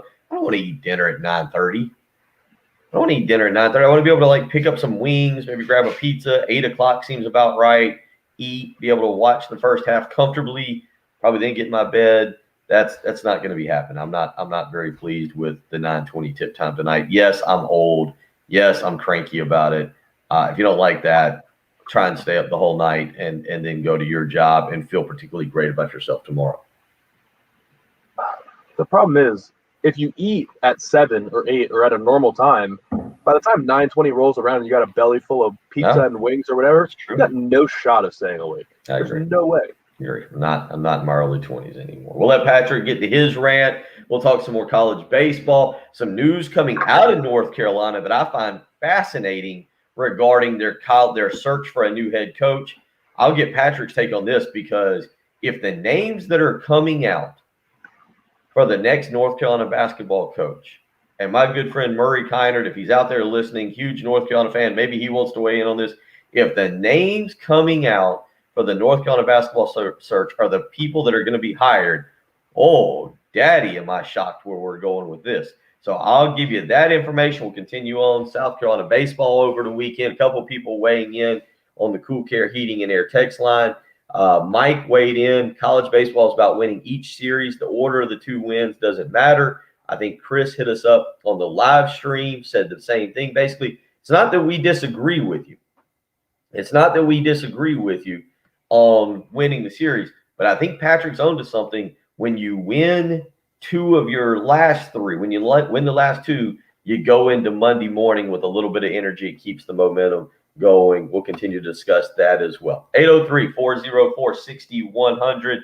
Or, again, please, we beg of you, go to the YouTube page, 1075 The Game, on the YouTube page, and sign up and subscribe. We'll check the subscribers. We'll see if you're doing your job as well. You can look at my face. It's not really a reason to subscribe, but you can do that. You can check out Patrick is in studio, and you can join us on the live stream as well. You're listening to the early game on 1075 The Game.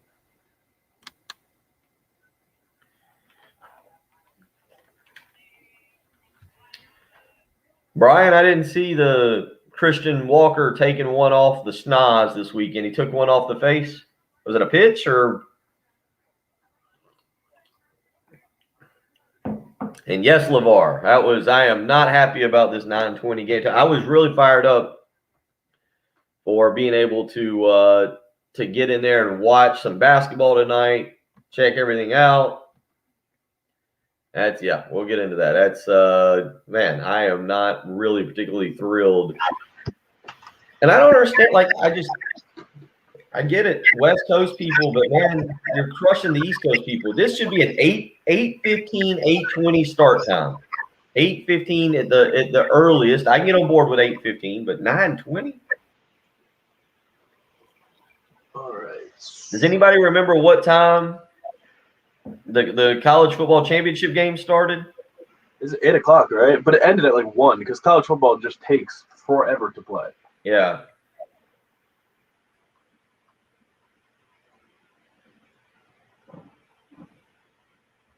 Yeah, well, that's I didn't know, Jan, I didn't see a ball thrown from second base. The second baseman skipped it over. Was it Chuck Knobloch over there playing second base? There's Hope. Hope's finally awake at 7:27. I just realized my clock on my computer is, for some reason, back to old time. Back to the other time. How do I change my clock here? That's going to throw me off because I look at that every morning. How do I reset that? I better reset that before I say something wrong or stop the show early. Hope's at work. Hope went to work early this morning. Good job, Hope. It's a good place to be at 7:27 in the morning. Should be at work. Let's see what else we got. Yeah, I want to get into this North Carolina thing. We'll let Patrick go on his old man rant.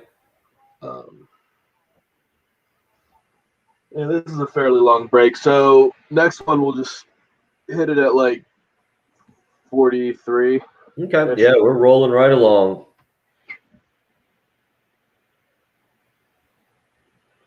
We are rolling along here.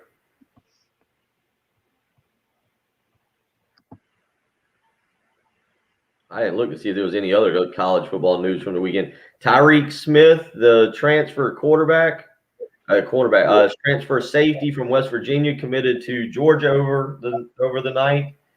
A lot of people thought South Carolina may have a chance. He did not do that. I agree. Quiet. quiet at work. That's the best time to go in. Yeah, that's why I get here really early. I like it. I don't know if the Dodgers. I'm trying to think who was the pitcher who lost. Who was the pitcher who lost his control? John Lester for not being able to throw to first. Huh? John Lester, I think, is known for not being able to throw to Yeah, first. he can't do a pickoff move, basically. That's why he's always stolen on. Yeah, he's an at. I mean, like, I didn't get into a whole lot of. That's exactly what I said. I take that back. I watched the Yankees Blue Jays on Saturday. I had the television outside. I got into the Yankees Blue Jays, and I'm a little perturbed, even though they were owned FS1 on Saturday, that YouTube television is not going to reach a deal with these regional sports networks to be able to watch the Braves. Yeah. Like, the Braves were on FS1 Saturday against the Phillies and got their teeth kicked in, but it was I'm not that's something that's starting to bother me about YouTube TV, along with their rising prices. They're still cheaper than what I had with DirecTV. Right as you said that Tyke Smith thing, PFF says easily the best transfer addition this year. Yeah. Came in at number 5 in top 10 returning defensive backs in the nation for according to Pro Football Focus. Yeah. It's a stud. Who was the Georgia player that got hurt? I don't know which one you're talking about because, I mean, Jermaine Burton and George Pickens have both gotten hurt this year. Wasn't Burton. It wasn't George Pickens. No, it definitely wasn't George Pickens. He got a couple weeks ago. He needed surgery. Arian Smith? I think it was Arian Smith. Oh. I think it was Arian Smith over the weekend, if I can find it before we actually go back. It says sprains wrist. I thought it was something more significant. Hold on. Might not be serious. I thought it was something much more.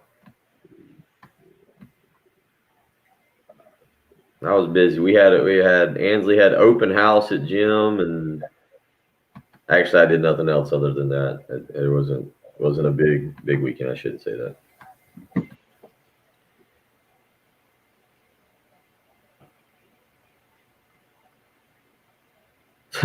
All of Georgia's stuff is about Tyke Smith. Yeah. I mean, they're losing. They're probably going to have 4 DBs drafted this year. If DJ Daniel gets drafted, I'm not sure he will. But Oh yeah, and you got to remind me. Actually, South Carolina basketball got a commitment over the weekend. Right. Yeah, we'll do that with the North Carolina stuff. Chico Carter. I better pull up his stats. Yeah. Did you know who this kid was? Yeah, he's from Cardinal Newman. I mean, I didn't really follow him at Murray State. 6'2", 190 pounds. I know he started the last 9 games because I did look at a few things, but in terms of like what he actually did, oh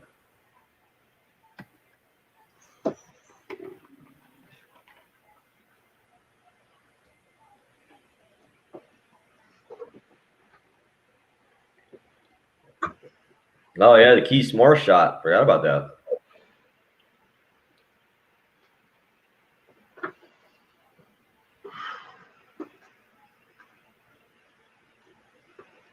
Just the old timey clip. That's what we got. I didn't hear it. See, I saw he sprained his ACL. I didn't see he completely blew it out. Steve I didn't Sachs. see it out for a year. Boy, Jan, you went back in the time machine for Steve Sachs. I'm 38, buddy. Braves 0-3. All right, here we go. You're up. 803-404-6100. Cool Care Heating and Air text line. Teddy D weighing in. Lights out at 10 p.m. I'll miss the game tonight. Not a good time for the general fan. Plus, Jim Nance needs to get to Augusta. He'll be tired on Tuesday. He's Jim Nance. Jim Nance doesn't get tired. He's just – it's going to turn out in years. Turn out Jim Nance was just a robot. Just from one spot to the other. It is unofficially Jim Nance week. Patrick pointed that out Saturday night with the Final Four. Tonight, the national championship game. And then he'll welcome us all. He'll welcome us all Thursday afternoon. We'll all be his friend. He'll give us the hello friends. And the Masters will be in full bloom. Some rain semi in the forecast, but as Tim Hill likes to point out, it's early in the week. That can change pretty drastically. Nothing major as of right now. I think just 20% for Thursday, 40% Friday and Saturday. So that is a possibility that could interfere. But the weather's supposed to be beautiful. 81 on Thursday, 78 on Friday, 80 on Saturday, 76. So we get those warm temperatures. By the way, if you're just like me, the little cold snap we had there, Thursday and Friday, a little tiny cold snap, just a little cold snap there. I've seen the little memes out there that point out the different springs we get here in South Carolina with the fake spring, pollen season, second fake spring, summertime. It looks like we should all be very excited. It looks like the weather turning here for us as I only see one day over the next 2 weeks on my weather app on my phone, which everybody knows is very reliable. I only see one day listed for under 70 degrees, and that is Saturday the 17th at 69 degrees. So good news, folks. We are turning the corner. The pollen's slowly getting out of here. I'll tell you what's not happening is the fishing. I'm catching nothing. Absolutely nothing. I learned a lesson over the weekend before we get back into sports. Patrick, a worm on a hook, a red worm on a hook in the water, how long can it live if it's not eaten by a fish? Forever. Worms don't die. You can rip them open and they still keep living. It is close, but 2 weeks. 2 weeks is the answer. 2 weeks is your answer. After 2 weeks, the water gets to them. They don't make it anymore.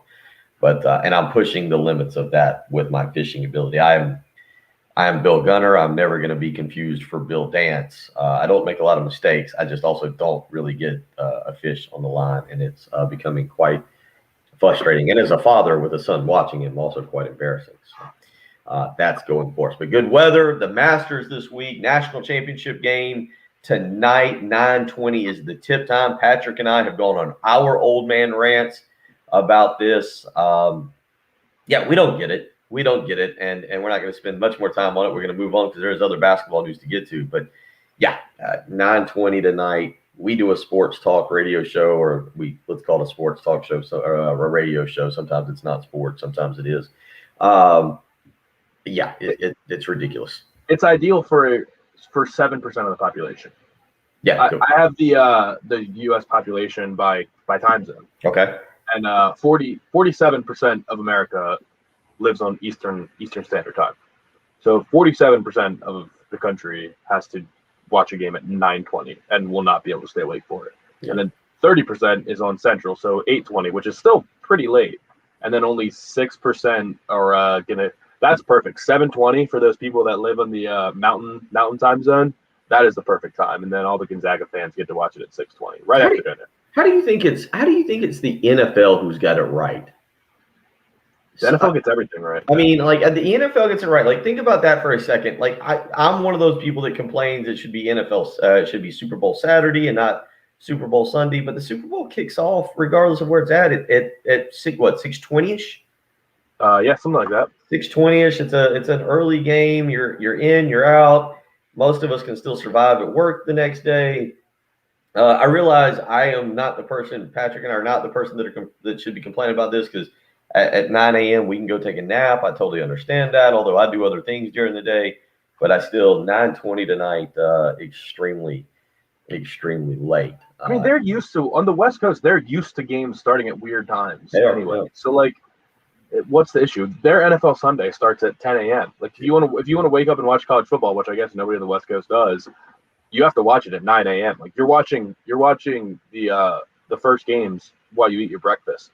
So why are we bending over backwards to make sure that they get to watch their game at 6:20 so that they can see it in prime time? Yeah, we should. You're over here from the West Coast right now. We're not a fan of you. We're not a fan. And you're not going to be a fan of tonight too. Trying to watch this game. 803-404-6100. How you can join us this morning. You can also do so via the live stream. Don't forget, go sign up 107.5 The Game on the YouTube channel. You can join us that way. Jason weighing in. He's telling me just wiggle the worm a little bit and wait. And just get it out there. Nope, Jason, that's not working. Hope weighing in this morning. She's telling everybody good morning. Shavo weighing in. Go join the live stream. You can talk with us via that way. We answer back. You can stay in touch throughout the breaks, and we can cut up. We were discussing other things during the most recent break. We've been talking a little off air about some college football stuff from the weekend. Obviously, the young man, the backup quarterback Taysom up at Clemson, blows out his Achilles or injures his Achilles on the final drive. Clemson having their spring game this weekend. I walked down to a neighbor of mine's and watched a little bit of it. I didn't get too much into it. I'll be fascinated by the South Carolina spring game because everything's so brand new for them. And I don't even know what Marcus Satterfield's offense is going to look like. So, of course, I'll kind of want to see that. But, yeah, spring games are what they are. We know Clemson's defense is really, really, really good. That's why I don't put much stock in whatever their offense was doing over the weekend. I saw social media throughout Saturday talking about their offense and how it's really, really struggling. Clemson's defense is good. No need to worry about that. Other college football news from the weekend, Tyke Smith, a safety transfer from West Virginia. South Carolina had been involved. He was good friends with Marshawn Lloyd. Some people thought that might sway his decision. It did not. He ends up going to Georgia and will be a Georgia Bulldog. That is a big pickup for Georgia because, as Patrick, you were saying on the live stream, Georgia's going to lose a couple guys to the NFL, and they need to rebuild their secondary. Yeah, well, they're going to lose at least their top two corners in Tyson Campbell and Eric Stokes. They'll probably both be day 2 picks in the NFL draft, and then Richard LeCount, I think, is probably going to be a 5th, 6th round pick, and DJ Daniel, the one-time 1 week South Carolina commit, a little bit longer than that. Yep. 2 weeks, I don't know. It was very quick, but he'll be a I don't know, maybe a late day 3 pick. We'll see. But yeah, I mean, that's Georgia every single year. They're just replacing half their defense. Clemson's used to it. Georgia's used to it. Ohio State's used to it. Alabama's used to it. Not many other teams are. But yeah, I mean, this injury news, I've been looking at some of the injuries. It looks like George Pickens does have a torn ACL. So he's, I guess, out for the season, but people seem to be unsure about that. I guess you can come back from an ACL injury so quickly now that he's potentially going to come back by late season or SEC championship. If he actually wants to, he might just say, no, thanks, I'll go to the NFL draft. And Jermaine Burton, the speedster, was carted off the field last week. And no, I haven't seen any updates. If you see an update, go ahead and send it to me on Twitter, but I haven't seen any serious updates on him. So, I mean, Georgia's top 2 receivers might be done for the year. Well, one other just interesting thing that has popped up regarding Georgia, and I laugh only because of who is now the current analyst over there, or whatever you want to refer to Will Muschamp. Lavassier Carroll, a one-time South Carolina commitment, if you remember, he committed 2 years ago prior to the North Carolina game. Maybe it's starting to feel like forever and ever ago. Big-time running back, and commits to South Carolina, decommitted the day after South Carolina lost to North Carolina. He saw the writing on the wall a lot quicker than most people and bailed ship quickly. Ended up signing with Georgia. He's over there for his first spring practice. And this kid was like the top 10 running back in the country. He has been moved to defensive back already. And if you've read, things that pop up on Twitter, I don't really like how they do Twitter now, because if you favorite something, it pops up on my timeline. I don't really need to know what you like or what you favorite. But it is entertaining because Georgia fans are already upset about this, moving him to defensive back. And there are people, Georgia fans, who are already blaming Will Muschamp for taking a running back and moving him to defensive back within like the first 3 weeks of spring practice. And that's just a little storyline that probably not a lot of you care about, but I have found pretty entertaining to keep an eye on. Yeah, and I also saw, though, I thought they were loving him because they got that linebacker. I don't know if he was a number 1 or 2 linebacker, whatever it is, Jalon Walker.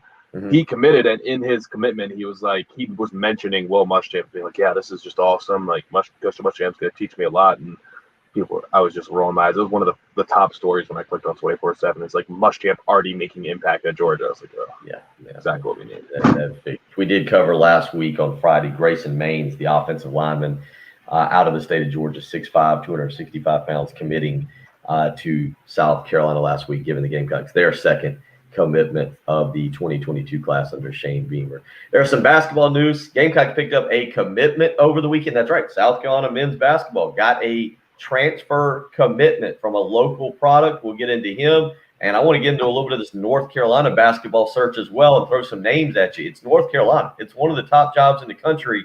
Yet some of the names, the effort to stay within the family, oh boy, I don't know if this is the direction to go. We'll give you those names. You're listening to the early game on 107.5 The Game.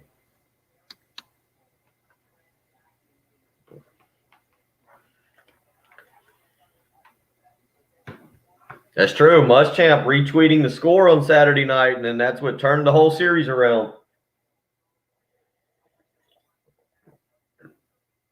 Turned the whole series around, Jan. I got to put the blinds here. It's getting bright. Let's see here.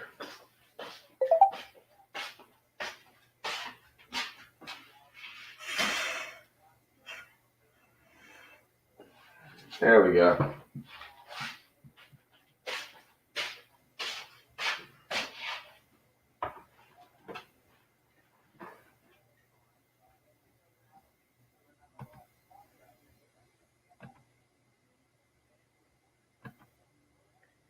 Arian Smith broke his wrist. That was the one that I was looking at, Patrick. What do we got? Arian Smith broke his wrist. Did you say that one? Broke his wrist. Okay.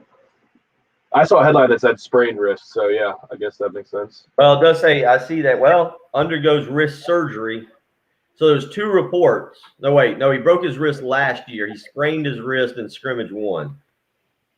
So misinformation there from multiple people.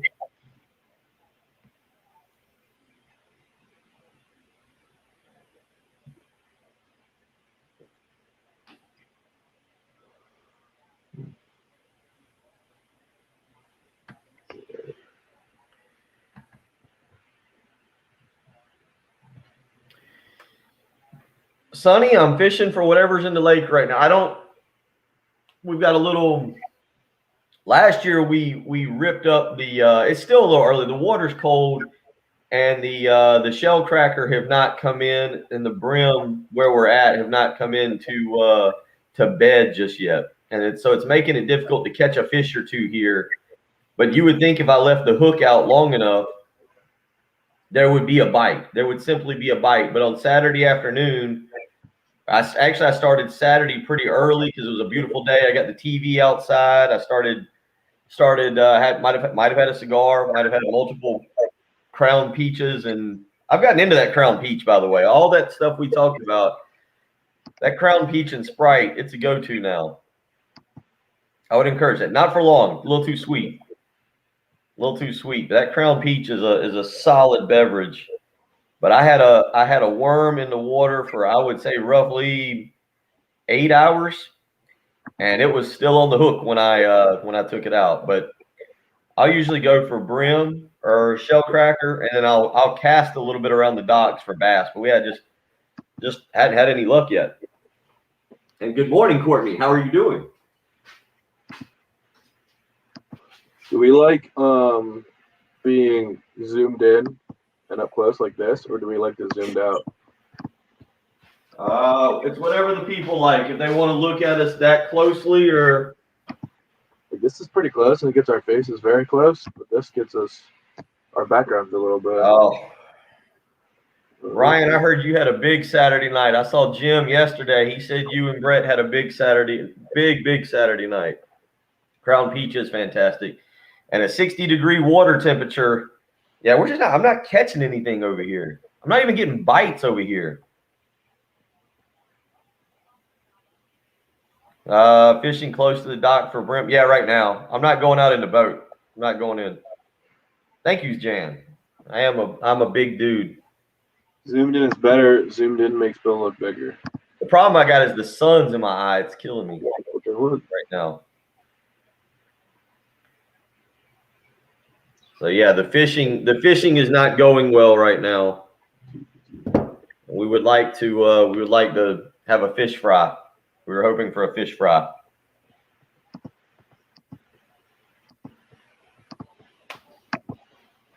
Yesterday was awesome. First thing I did when I woke up was went and get donuts because Lent's over. Do what? So yesterday was awesome. The fish fry reminded me because I had to eat fish every Friday, but I got donuts immediately yesterday morning because Lent was over, and I could eat donuts again. I went to Krispy Kreme, and their filled donuts, they just forgot to fill them. It was the strangest thing. Really? Yeah. Take them for a discount? No, I took them home and didn't realize. I mean, they were still good, I guess, because they're still frosted with chocolate, but multiple different kinds, too, just not filled. Yeah, we didn't do what we do. We did a little bit of breakfast yesterday. Yesterday we had cinnamon rolls. We did cinnamon rolls yesterday for the kids. Easter cinnamon rolls and candy. Do you do the Pillsbury, or did you buy them, or what? Yeah, we did Pillsbury yesterday. They're just so good and so easy. Yeah, we did Pillsbury. It was an easy weekend. It was a light weekend. Had to go up to LJ's and celebrate like a going away party on Friday night. I was up there for a little while, and then we ordered from a restaurant called Papa Gio's on Friday night, which is real good here in town.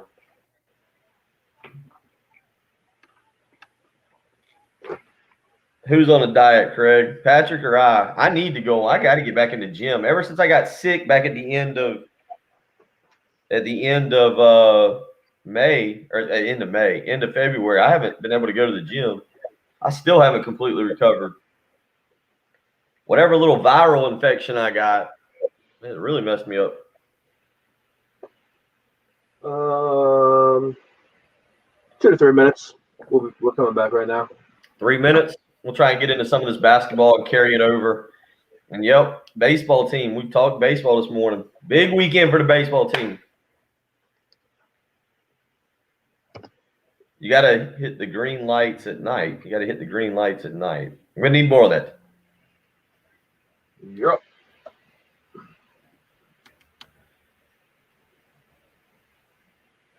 Fun week ahead. Really is a fun week ahead. You got national championship tonight. We'll complain about it. 9:20 start time tonight. I'll whine and cry about it, but you know what? I'll watch it. I'll watch as long as I possibly can. Masters starts it starts Wednesday if you're into that kind of thing. ESPN will have live coverage.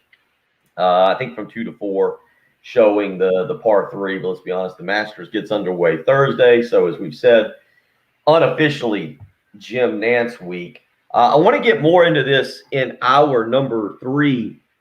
And we'll talk a little bit about just what it means for South Carolina men's basketball. They do get a commitment over the weekend out of the transfer portal. Chico Carter, originally from Cardinal Newman, 6'2", 190 pounds, from Murray State. He'll be a junior next year. I think he'll be a junior. He might be a sophomore because of how you're doing the roster and guys getting an extra year.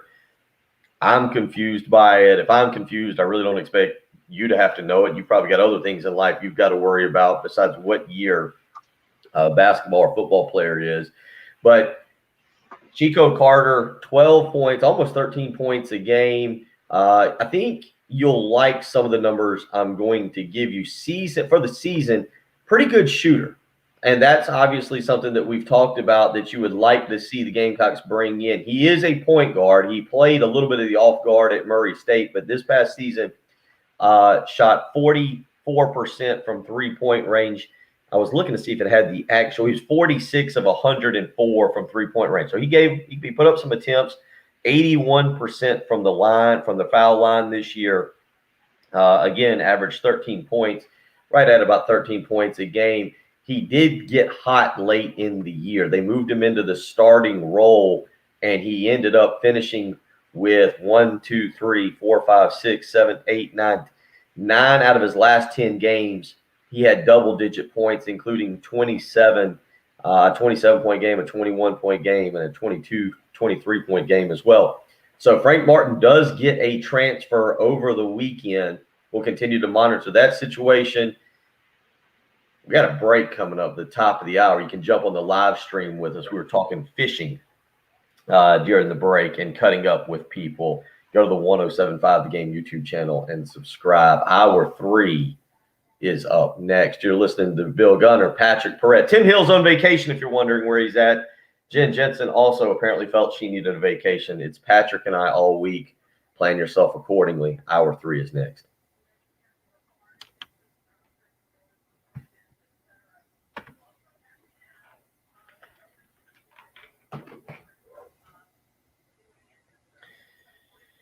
Oh, that old Muschamp. We're still talking about him tweeting the score of the Friday night game. And sorry, yeah, Sonny, it's a little too cold right now, I think. Like Brian said, 60 degrees in the water, probably not helping very much. I'm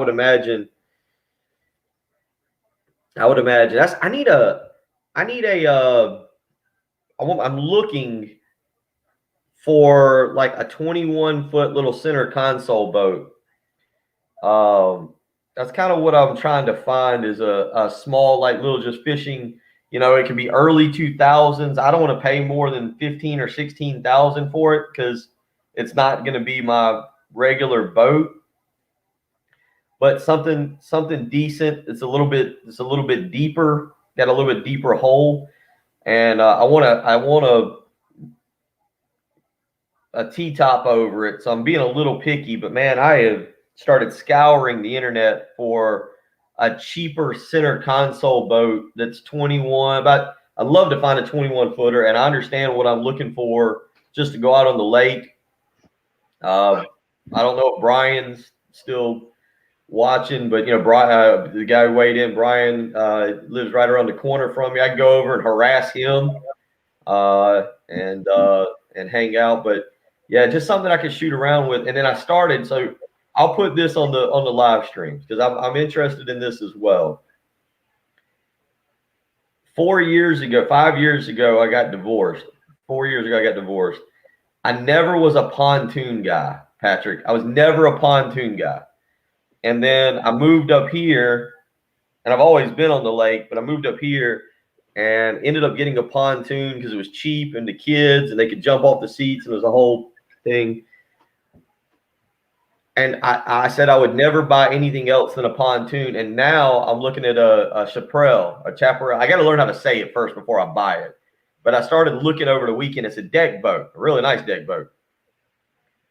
And so now I'm back to maybe being on the deck boat. But with an 11 and an 8-year-old, I'm not sure what the play is here on a nice boat while also trying to buy a cheap center console to go fishing. Chaparral. Well, can you is Lake Murray good for like water sports? Yeah. Is it choppy? Because that's what we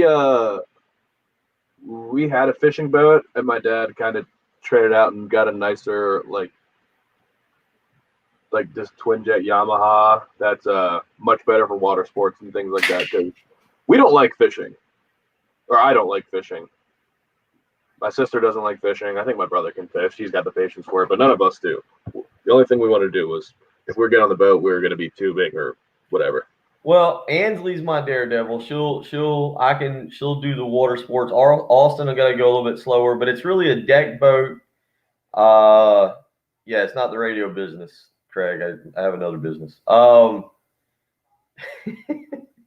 they're cheaper boats. Like the center console is not going to be an expensive boat. It's going to be. I don't want to pay more than 15 or 16,000 for it.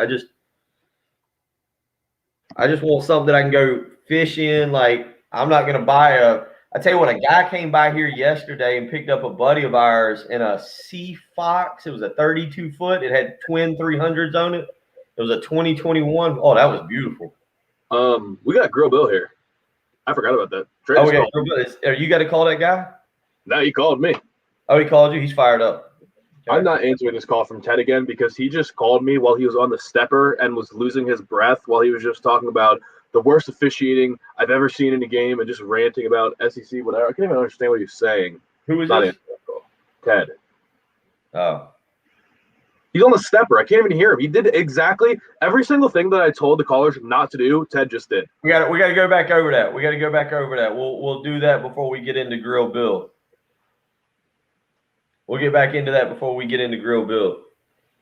You got to remind people, you're all by yourself this week. We're playing without a net. What did Courtney ask? I think Courtney asked about Omaha. Don't get too fired up just yet. Patrick and I are allowed to get fired up. We've already got our tickets booked, reservations at the Drover.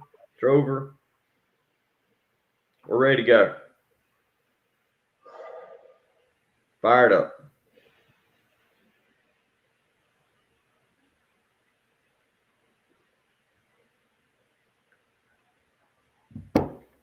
But yeah, that boat situation, because I discovered this weekend that my daughter is going to be doing, well, I didn't discover this, but that my daughter is going to be doing a competitive cheer, but technically they don't start till next year.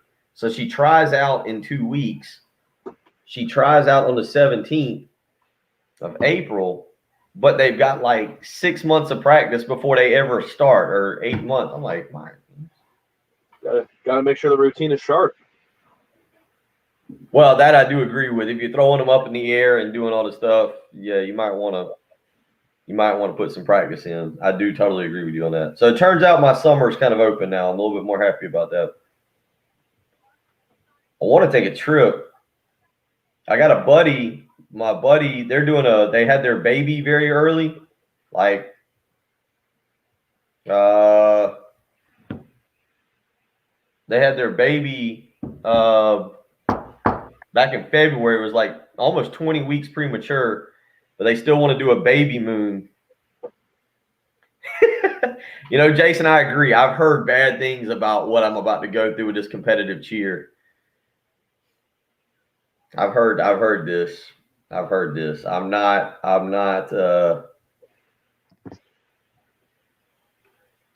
particularly thrilled, but we'll have fun. We're going to have a good time. We're going to have a good time starting next year. Just got to find time to get out and actually go do stuff. But my buddy wants to go to Longboat Key down in Florida for a baby moon. And then I wouldn't mind going to Key West and getting down to Key West for a few days. A baby moon? Yeah, I think it's something popular people do. I don't. Mine are like having a baby. Huh? You're saying well, I think you're supposed to do it before you have the baby, but their baby was due around May 20th, but they had the baby back in February. The baby's been in the NICU, and he wants to go away. They feel okay. They feel okay going an hour away from the baby for a week because the baby's doing very good. And so they're talking about doing a baby moon with some of us. They want to go to they live down in Tampa. They live down in other than Tampa. I've never heard of that. They want to go to Longboat Key. And I was looking at it. I'm not sure how I feel about getting on a plane just yet. But it's 8.5 hours away. They want to do it the week after my birthday, which is May 7th through the 9th or May 6th. But I've already got tickets to go to Taste of Lake Murray May 6th.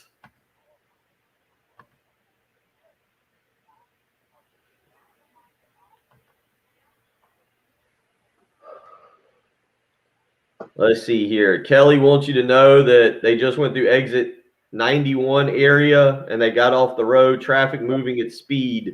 Yeah, I just don't. I just read what's on the screen. People always call me about traffic. I'm like, listen, I don't even know the roads I'm saying. Well, yeah, you're right, Craig. I looked at flights last night. Flights aren't bad. They were still 350, 300, depending on where you wanted to go round trip in May. They're not what they were. We're back. Trey's ready. All right, grill bill. See, I need a liner, but the port board. sponsored by the Pork Board. You could win a grill. Camp Chef Pellet Grill. Camp Chef Pellet Grill. Yeah. Camp Chef Pellet Grill. Just basically say we're going to do it this time every week. So if you want to burn a whole segment, a whole 20-something minutes with this, if he's good, we can do that. Well, we'll see. So, all right. You're up. I'll make sure the volume's Happy up. Monday morning to you post-Easter. If you're out there moving around, getting fired up, maybe some of you are like me. You didn't have to get the kids to school this morning. They're on spring break, so maybe you were able to relax a little bit more. You didn't have the stress of going through the car drop-off line and dealing with that. Maybe you didn't have to listen to some kind of I don't know what the kids are listening to these days. Mine put their headphones on now in the car when they're with me, so I listen to whatever I want to. But there's a new Bieber album. That's what's hot in the streets right now. New Bieber album. It's very good. Very good. DMX. You see that with DMX? Oh, you know who DMX is? Yeah. Is he still? Good. Well, no, he's off life support yesterday. He's doing well. Good. Yeah, that's how we start hour number 3. A little bit of music discussion. We have talked Final Four. Great game late Saturday night. Gonzaga with a buzzer-beating 3. Jalen Suggs, 33 feet out, kind of a running leaner, banks it in. I thought the bank is what made it more special. If he'd just hit nothing but net, I probably don't know if I would have. Just using the bank, it was cool. Did you see who calls games for Gonzaga? No. And here it's called Adam Morrison is the color guy for Gonzaga basketball. Yeah. I read an article on him maybe a year or two ago. Obviously, he was for the long time for the wrong reasons. After they lost, I forget who they lost to, where he cried on the court. UCLA. Was it UCLA? I think so. Okay. How about that? But was kind of the face of basketball, went on and did not have a very good NBA career, had moved back out to Montana and was kind of living a pretty secluded life out there. It was kind of an interesting article about some of the things that he was doing and kind of living off the grid almost to an extent. So no, I did not know that, but be kind of interesting. But that was certainly the highlight of the weekend. Behind that, South Carolina baseball takes 2 of 3. I agree with Patrick. I know some of you guys, I understand what some people are weighing in and saying. I totally understand. You just want to win the series. And you're right about that. But I think what Patrick said about winning the Saturday-Sunday game and doing it in kind of dominant fashion, by the way, it just makes you happier going into the next week. The little bit of momentum kick you get, especially winning that Sunday game, that little bit of momentum kick. We're not arguing that winning Friday, Saturday, or whatever is, that you would frown upon that. It's for the record, but just doing a daily radio show where people are very emotional every morning, overly emotional most mornings, depending on what happened. Yeah, it helps. Yeah, I agree. 5-1 yesterday for the Gamecocks. They roll. It was Will Sanders who is developing quickly, by the way. Like, Sanders is starting to look very impressive. He has the team's longest outing of 2021, pitching 8+ innings. He is actually now, Will Sanders, 5-1 on the season with a 2.22 ERA. He's got 30 strikeouts and 5 walks in 28 1/3 innings. So a very good weekend for him. South Carolina now 16 to be a lot. 6-3 in the SEC East. That trails Vanderbilt, who's 8-1 in league play. 7-2 is Tennessee.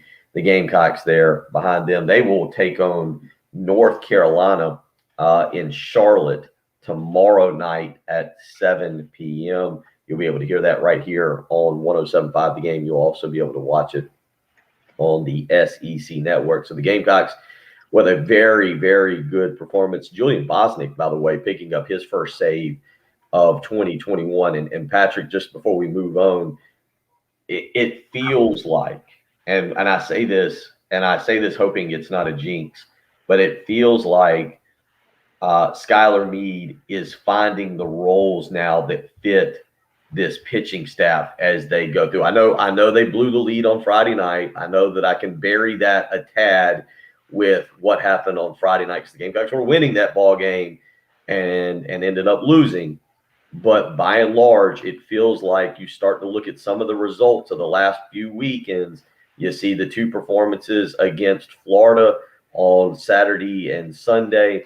Obviously, I know they gave up 5 on Sunday, but still the performance on that Saturday, giving up 1, it feels like Skylar Meade's starting to push the right buttons with this pitching staff.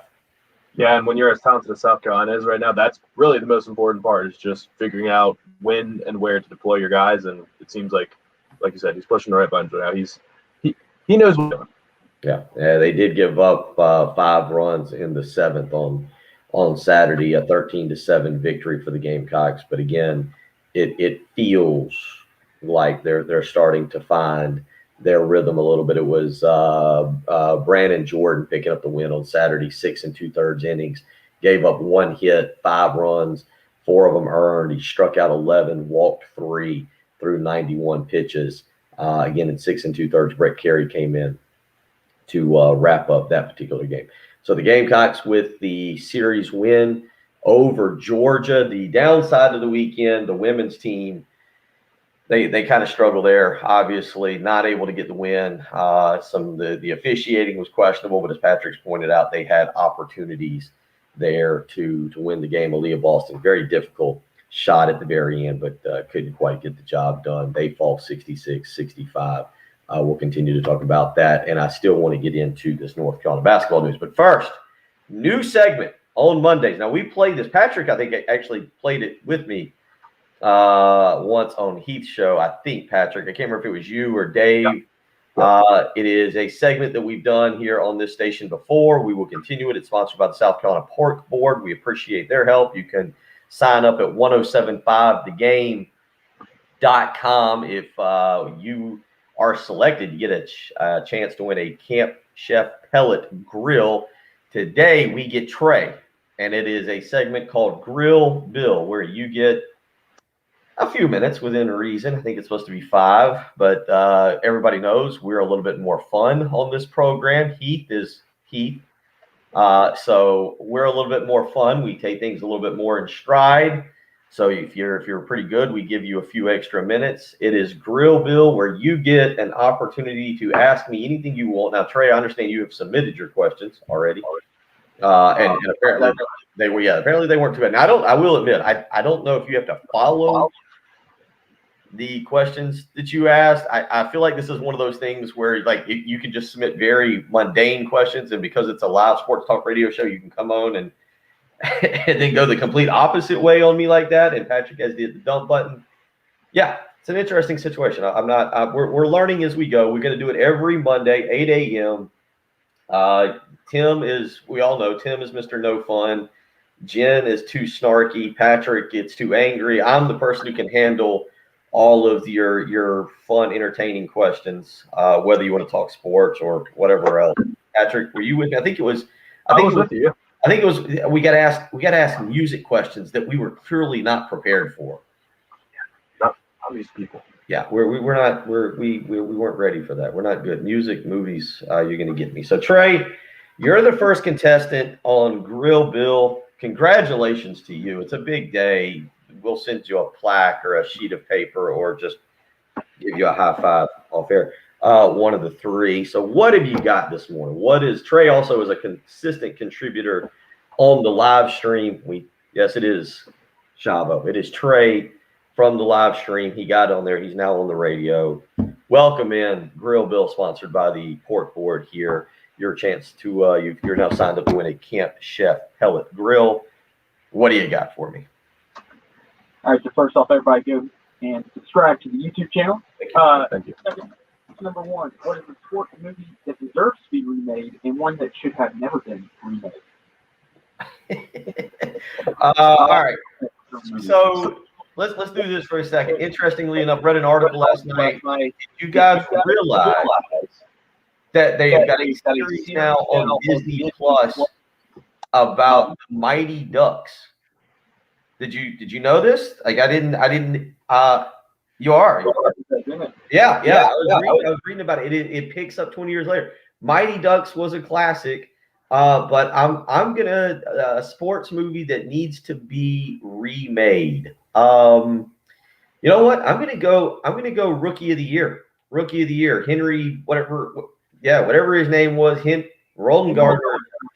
I'm gonna need a more up-to-date baseball. I'm gonna see if the steroid era of Major League Baseball is ready for Henry Roland Gardner or Rowan Gardner, whatever. We can get a few better actors in there. I'm gonna go with that one.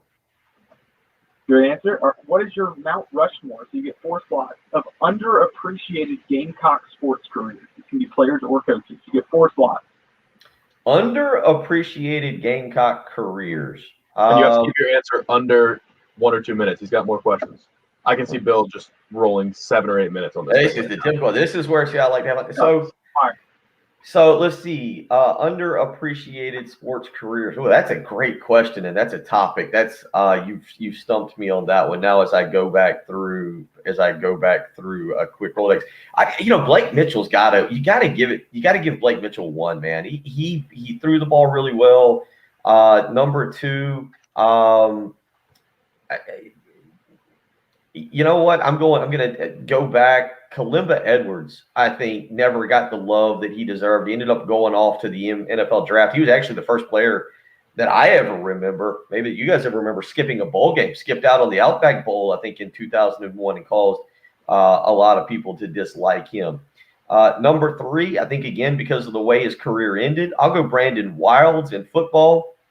I think it was a little unfair to him. That senior year, there was some injury issues. He goes on to get a cup of tea in the NFL. And then I want to give you another sport, and I'm trying to go through basketball real quick and come up with who I would come up with as an underrated career in basketball. I'd probably go Aaron, maybe Chuck Itzen, because he suffered the injury. He suffered the blown out knee, and I feel like he never really was able to get the love that he should have deserved. Played on some mediocre Eddie Fogler teams, but Itzen was really good. Well done. You can change one rule in sports. What do you change? What do we got to change, Patrick? I mean, you know what? Honestly, I don't know if this counts as a rule. I agree with Frank Martin. I would widen the basketball court by 4 feet, 2 on either side. The way they play these days to spread the court out more, I don't know if that's what you're looking for, but I think just like you see the evolution of basketball, I think the court needs to be widened just a tad, not lengthened, widened. All right, and I guess we're running short on time. So, what is a story that hasn't had a 30 for 30 made about it yet, but needs one? A story that I would like to see that hasn't had a 30 for 30 that needs to be seen. I think it's going to come, and I hope they interview the right people, and I kind of know who the right people are, and I hope everybody's honest about it. But 30 at some point they've got to do a 30 for 30 on college basketball recruiting and dive into the shoe companies and the way that everything has been handled. Again, I got my start in this entire business by being in scouting, by being in the hospitality rooms. Damon Stoudemire, I think I can call him out from here. Some of the things that Damon Stoudemire never scouted a basketball player. He was in every hospitality room I ever went into, and I never saw him scout a basketball player. And he always landed some pretty good players. He's a head coach, I think, out on the West Coast now.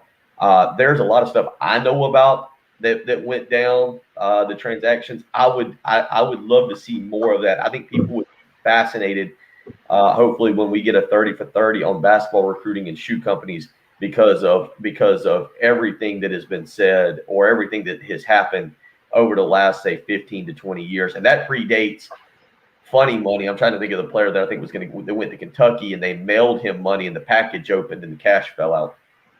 We got time for one more if you got it, Trey. All right. You get cast on The Amazing Race. Who from the early game are you taking with you as your teammate? We'll make it a fun one.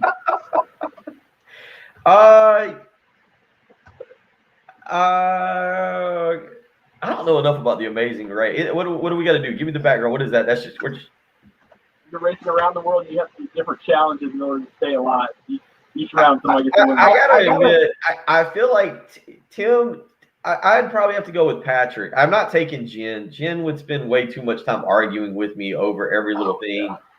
Tim, I think like is going to overanalyze everything, and we would lose. I think Patrick and I we are surprisingly quick to come to an agreement, and I feel like in that scenario, I got to take Patrick with me. Love it. Done. Well done. That was a solid start to Grill Bill. That was great questions. I'm writing down the underrated careers. We will use that this summer. That was a fantastic question. I apologize. I don't feel like I gave it a good answer. I want to go back on that one. And in the movies. By the way, I didn't answer your one of the movies because Travis hits us up, and it just made me think. You said one sports movie that should never be made. Rudy. Space Jam. Oh, that should never be remade? Yeah. Oh, yeah, Space Jam. By far, I saw that. That was on my list of things to talk about today, but there's too much to get into. I saw the previews for that this weekend, and just out of loyalty to the original Space Jam, I will not or will I allow Austin or anybody in my family to watch that. That should have never been remade. That stands the test of time with Jordan and his awful acting, and Bill Murray and Larry Bird and Wayne. What's Wayne's last name? Wayne Knight. Wayne Knight. I was shaking with rage while I was not happy. I was not happy. I agree with you. I'm using your platform. No, get up, get me there. And thank you for promoting the YouTube channel, Trey. We appreciate it. We look forward to catching up with you more. Take care, buddy. All right. That is Grill Bill. Thank you. Sponsored by the South Carolina Pork Board. Anytime you can go to the webpage, 1075thegame.com to sign up. If you sign up and you're selected, you can ask questions apparently within reason. But again, as I said, I think you put questions down and then you get on air. And we don't know where it's going to go. But you can go to the webpage, 1075thegame.com. If you are selected, you are entered into a chance. You were entered into a chance to win a Camp Chef pellet grill. They're phenomenal. I highly recommend if you can't get on, I highly recommend you go and try and purchase one. But that is Grill Bill. I think, Patrick, that was very good. We didn't get asked music questions or anything else. Yeah, I mean, I think our listeners understand the vibe of this show. And Trey being on the live stream definitely understands the vibe of the show. So as long as there's no like weird jokes that definitely aren't going to come through on the radio or questions that clearly are way out of our area of expertise, I think we're good shape. Just Raj weighs in on the Cool Care Heating and Air text line. He said, "Dude, the Duck Show on Disney Plus is great." I liked Mighty Ducks, and it just popped into my head, Patrick, as he was asking that question. The original Mighty Ducks, I have. Last night I was watching, before we watched the movie, I was watching the Hurricanes, and I think it was the Stars in hockey. I had it on television. I do get into hockey. I don't understand the rules. I just like the speed of the game and the intensity. But the Mighty Ducks was a really good movie. And then I see they're doing this, and as Trey said, it's on Disney Plus. They're releasing one episode every Friday, and it does pick up like 20 years after they became whatever the expansion little league team, whatever it was. It picks up 20 years later. So that's pretty cool. I might actually get into that a little bit. And then Kip weighs in, and I like this. I like his question. Underrated careers. He says Dominique Archie, and I got to admit that would be another good one. Trey was able to get me on that question if there was a stump, because that would have taken a little bit of time. 803-404-6100. That's how you can join us this morning. We do appreciate everybody that signs up on the live stream. You can go to the 1075 The Game YouTube channel. We'll get an update on that. North Carolina is holding a basketball coaching search. I'm going to give you the names. Patrick and I are going to discuss this. They're interesting given the value of that job and what North Carolina appears to be trying to do. We'll talk about that. We'll continue on with your text, with your phone calls, 803-404-6100 to listen to the early game on 1075 The Game.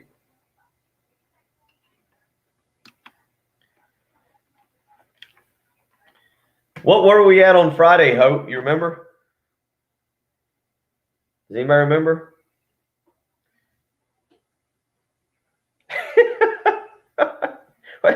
Sonny, what do you? I've lost. It sounds like I have control over my family. Sounds like you have control over your family, like I have control over mine for years. Yeah, that was fun. That was a good job, Trey. I enjoyed that. Well done. Best one yet. It set a high bar for the rest of the grill bill. I just don't. I hate to say it. I don't remember what we're promoting. This is where having Tim around helps tremendously. It is pork board giving away grill. It's a South Carolina pork board, but I can't remember like the I was like we were ballparking the Camp Chef pellet grill. No, we're not. We're not ballparking it. You might have been ballparking, but that is correct. I got it correct. $1,500 grill. It's a sick grill. Years of radio.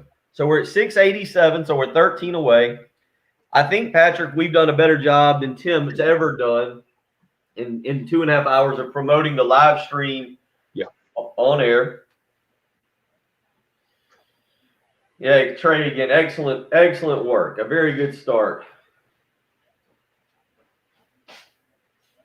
All right. I'm going to get a bottle of water because I got to get more water in my diet again. All right, I'm glad that volume came through on the live stream.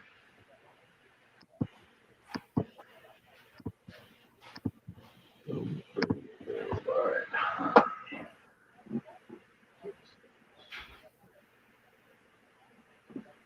Sure, it is, Steve.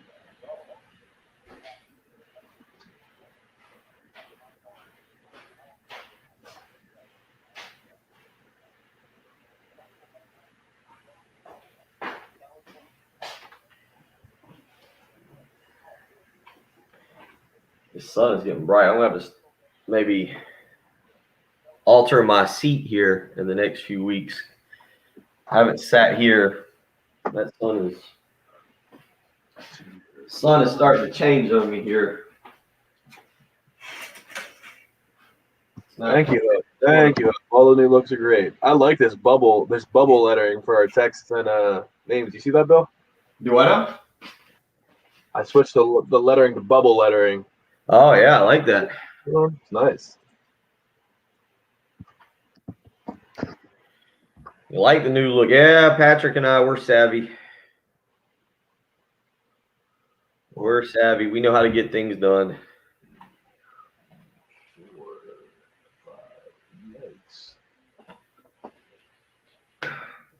Any NFL draft news we need to get to? No news, but no news, but I'm feeling very good about my top 10.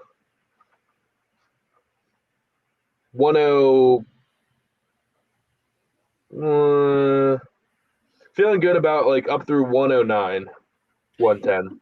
Okay. All right. Does that mean you feel like you got them in pretty good order? Yeah, I don't think the order in the top 100 or so is going to change too much at this point. I got 234 names, but a couple guys that I just do not think are draftable in that list. Not draftable. But there's 256 picks, though.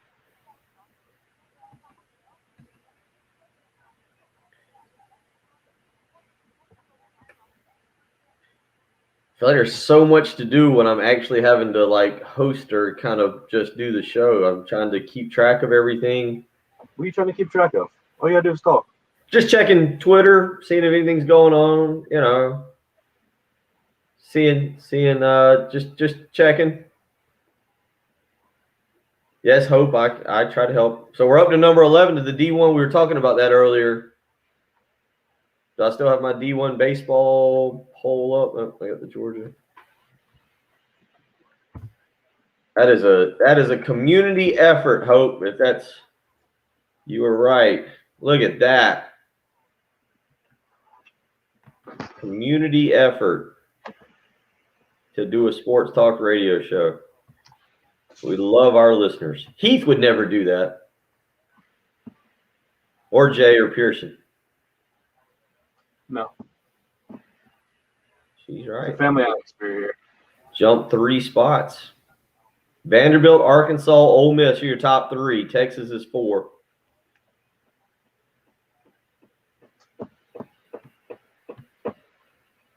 South Carolina's got 7 losses. 5 of them are the top 4 teams. It's not bad. Wow, Tennessee's number 6. Tennessee's also played. I guess 29 games is about right, but it's really a lot of games.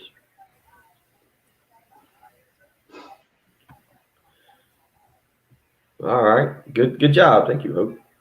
Number 9 in Baseball America. The problem, we on this show have elected to go with D1 baseball as our official poll. We have? Yeah. Kind of. My loyalty is available for purchase. Yeah, attaboy. Yeah.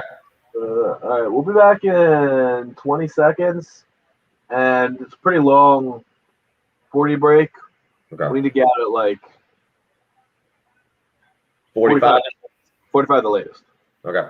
We can do that. We can do it. I don't like when we come back and only have a 30-second segment. We'll mention the baseball rankings. Yeah, you got to throw these North Carolina names. You got to throw the North Carolina. Yeah, I want to get into this North Carolina stuff and get your take. We're back.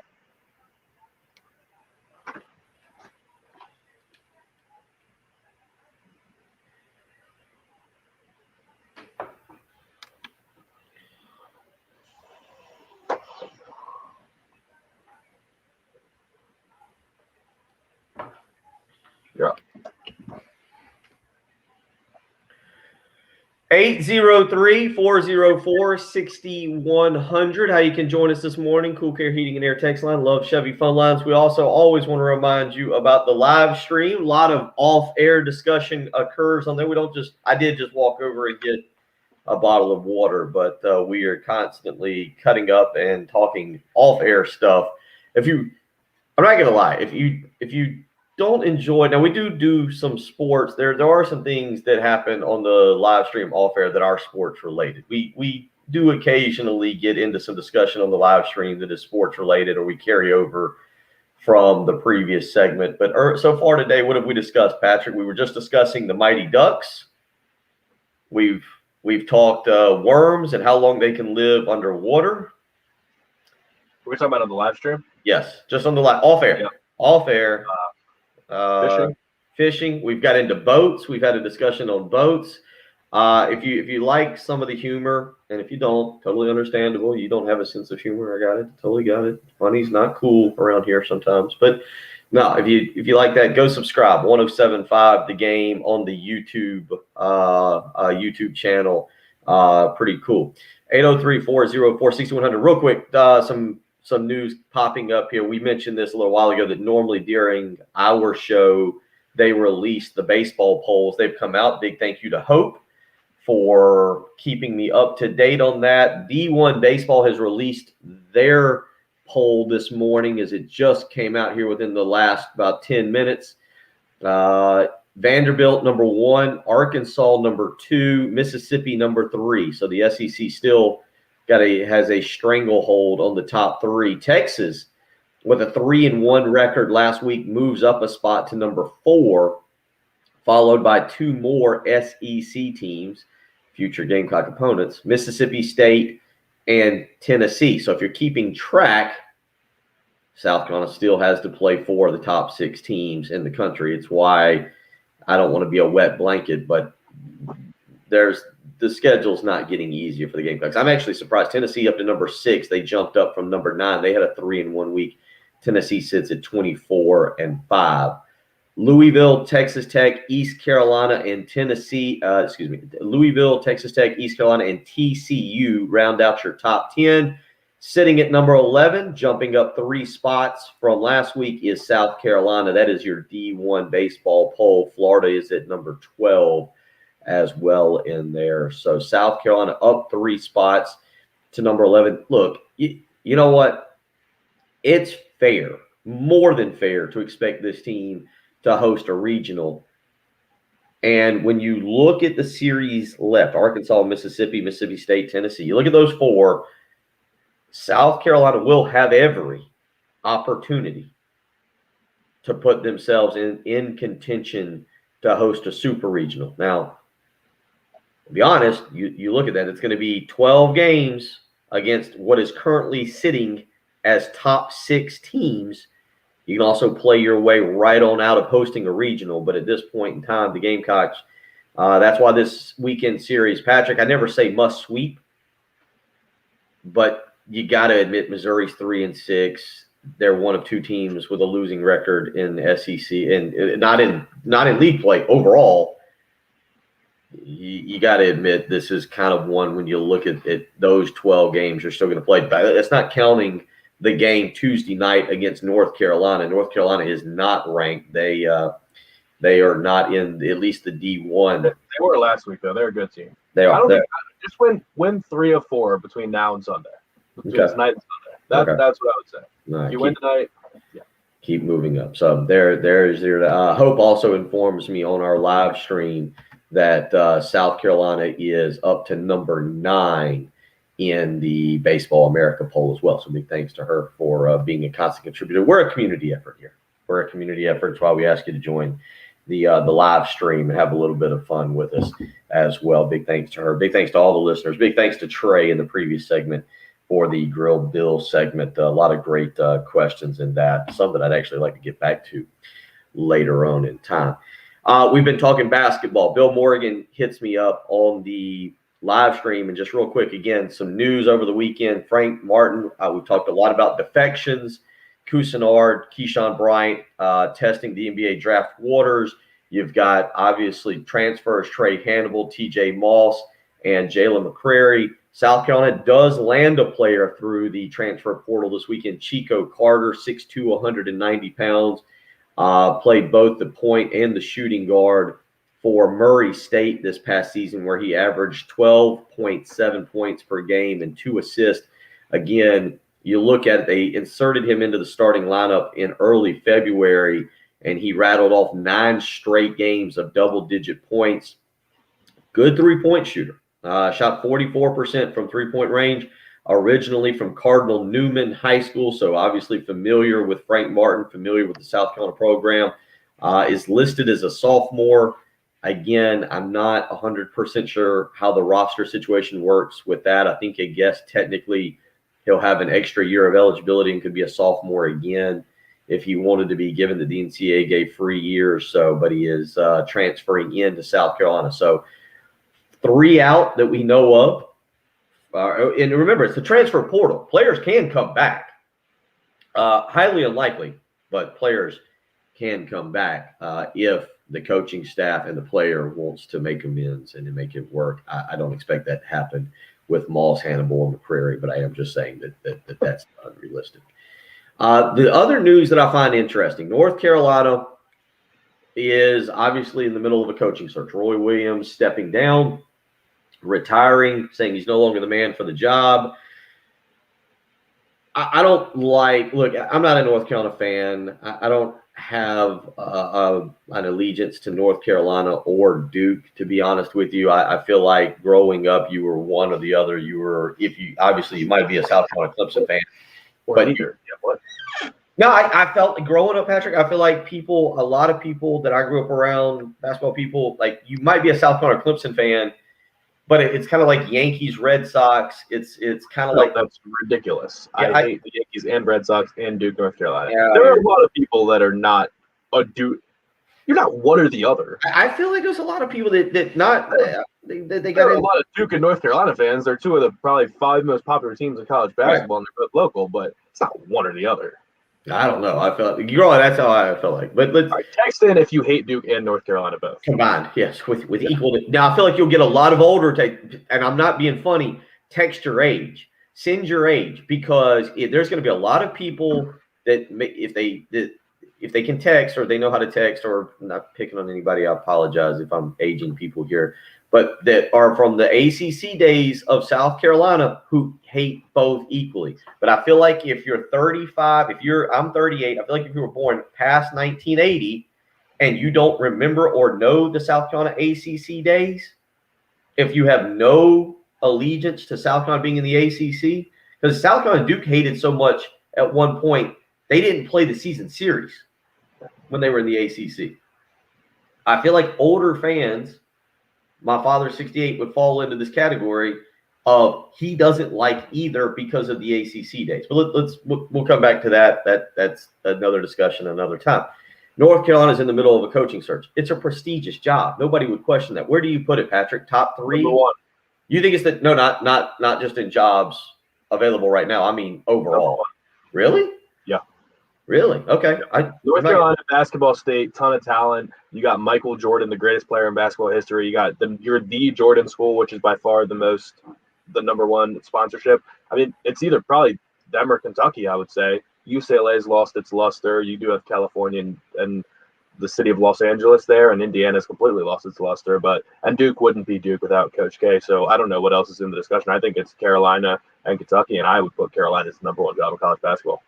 Okay. All right. I again, another discussion, another time. And you know what? You made a lot of good points there that I can't really argue with. They are going to, according to this article from the Raleigh News of an Observer, they have interviewed multiple candidates this weekend, all within the Carolina family. Here are the names, and this says the list included, but was not limited to, current North Carolina assistant coach Steve Robinson and Herbert Davis.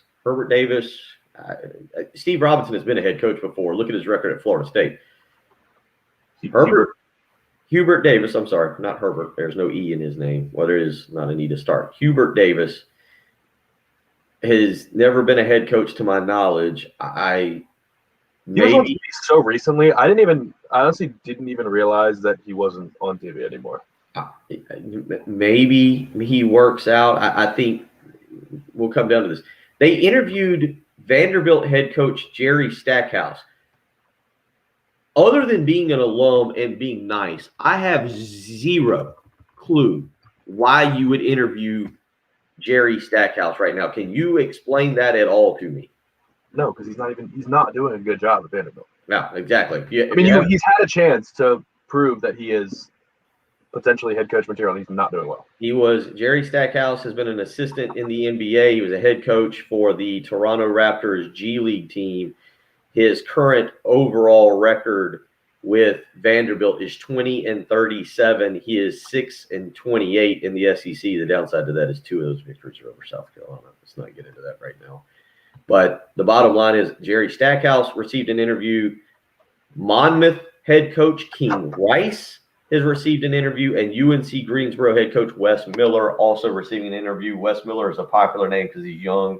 Greensboro's done very well.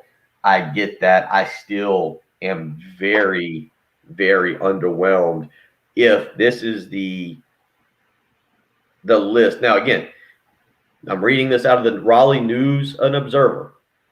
And let me be clear. It says the list included but was not limited to, and then it goes on to give the names Steve Robinson, Hubert Davis, Jerry Stackhouse, King Rice, and Wes Miller. This is a prestigious job regardless of whether you think it's 1 or 2 or 3 or 4, and it's in that top 4. Patrick, I really am shocked there's not more of an open-minded idea to go chase somebody else here. Are you with me on this? I'm not. I think it's Wes Miller and Hubert Davis. I think that's all it is. I mean, they kind of have to give Jerry Stackhouse. I mean, he's one of their greatest players ever, right? I mean, what, top 10, 5? I didn't watch him play, so I don't really know. But he is among the greatest Tar Heels of all time, right? He's up there, yeah. I mean, he's an active head coach, and he's in the family, so there's that. But Wes Miller, I think, you know him, but from what I read, I mean, he was number 1 on this ESPN best coaches under 40, like rising stars list, and said basically he's probably had offers for other jobs, or at least to interview, and kind of been holding out for this. Is that accurate? He loves that job. I am friends. I will admit I'm friends with Wes Miller. He was a young assistant when I was doing scouting, and the young guys, they worked hard. He works hard. I was surprised because he was younger when he got the Greensboro job. But I'm familiar with him. I don't know if his phone number is still in my phone. That's irrelevant. The only reason I say that is because, again, I got to know him, and I think he's a really good dude. That would excite you as a UNC fan, I would think, though, because they want UNC is one of those teams that wants someone from in the family, I would think, and I would want it too. And when you lose Roy, I don't want to hire a 50-year-old Hubert Davis personally if I was them. But if you get a 38-year-old head coach who's from North Carolina and been doing great in the area, that's kind of perfect. Like, you want a head coach that can come in and potentially coach for 30, 40 years. Like, that would be the perfect way to go from Roy Williams, who got you 3 national championships, to maybe this guy can coach as long as Coach K has been at Duke. Yeah, there are proven guys out there. This is where I go with this. There are proven guys that I would kick the tires on before I started going down this. I'll be honest. Top of my list, if it's me, top of my list is a guy who's already taken a shot at Coach K. Go see what Nate Oates. Yeah. Look at what he did at Alabama. And the guy can recruit, and he's young. He has no ties to North Carolina. That's fine. That would be at the top of my list. You know what? I'd kick the tires on Eric Musselman. I don't know how realistic that is, but at Arkansas, I like what he does. I like the style of basketball he plays. I'd kick the tires on him. By the way, some coaching news over the weekend. Porter Moser, the Loyola Chicago coach, taking the Oklahoma job. Oklahoma's now open, or was open. I haven't seen whether they got filled or not. And Chris Beard leaving Texas Tech to go to Texas. So Texas Tech also now open to moves over the weekend. I'll give you another name. Was on the East Coast, Andy Edenfield, who's at Southern Cal, and you just saw what he was able to do. Enfield. Okay, I always called it. Well, he's never corrected me when I've talked to him, so I appreciate that. But I'm just, those are 3 names that if you're asking me for the North Carolina job, I would say, especially Nate Oates. Yeah. Especially Nate Oates. I would kick it. That's why I'm a little surprised the effort here to keep this within the North Carolina family. Yeah. Well, this will be something we can talk about all week as it breaks down, because it is just kind of a philosophical decision. Do you want someone from in the family, or do you want somebody proven? And North Carolina is kind of a unique job that doesn't come open very often. So it'll be a talking point all week. 803-404-6100. You can hit us up. Some of y'all are doing. We'll get to it. You're answering Patrick's question. You can do so on the Cool Care Heating and Air text line. You can hit us up. Reminder, go subscribe to the YouTube channel. 1075 The Game is where you can search for and find us on YouTube. And, of course, the Love Chevy phone line as well, 803-404-6100. Patrick, just based on the returns, it looks like you're winning. DC says on the live stream, mid-40s, Tobacco Road, no thanks. Trey Mosley weighed in. I don't like both. I'm 42. I think you're winning that one pretty decisively right now. You're listening to the early game on 1075 The Game.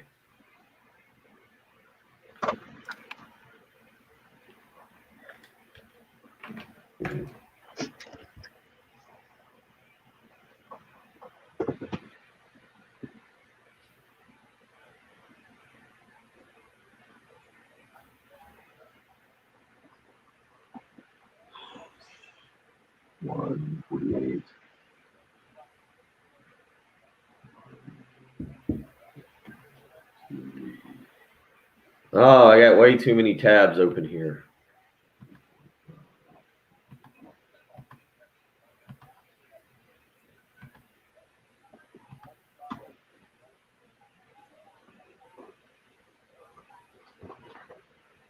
Ryan, clean this up here before the final break.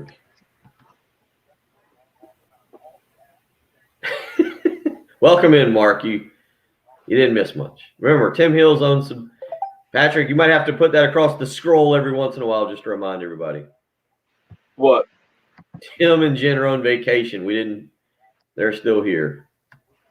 Just on vacation this week.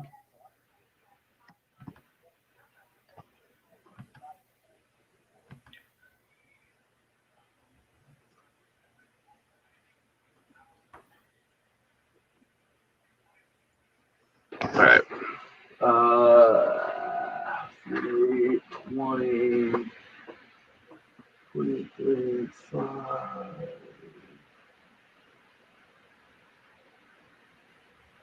49.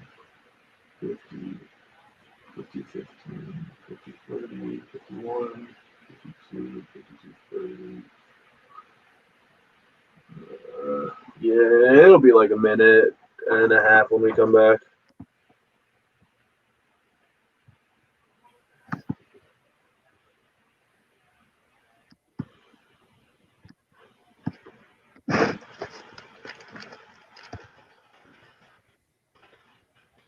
What do you say? It'll be like a minute and a half when we come back. Okay. That's a good way to wrap it up.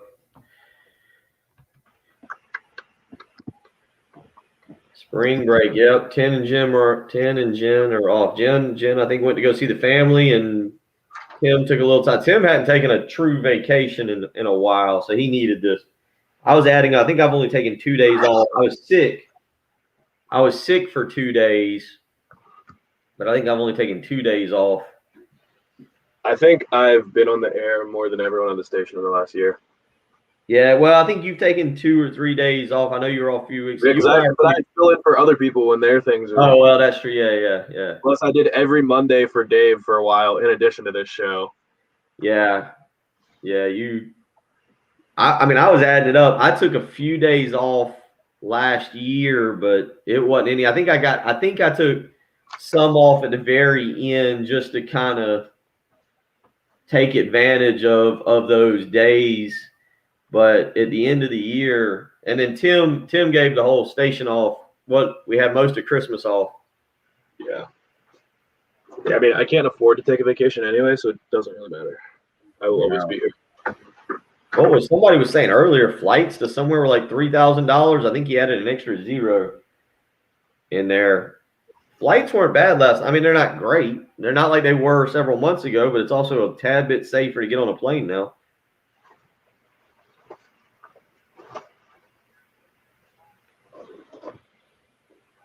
Yeah, I saw. Bill, were you the one or somebody else was telling me about that, about the sandwiches or something? I forget. Somebody. Yeah, I am getting blasted. The sun has changed as our Earth is rotated, as you guys all know how that works. I may have to change seats here in the coming days. The sun comes in. I like natural light in my place, and that's the one thing you can kind of see. I don't have a lot of natural lighting back there. I don't have a window. You see where that? You can kind of see where that. If I can do my, you see those portraits. I thought about putting a window in back there because I like natural lighting.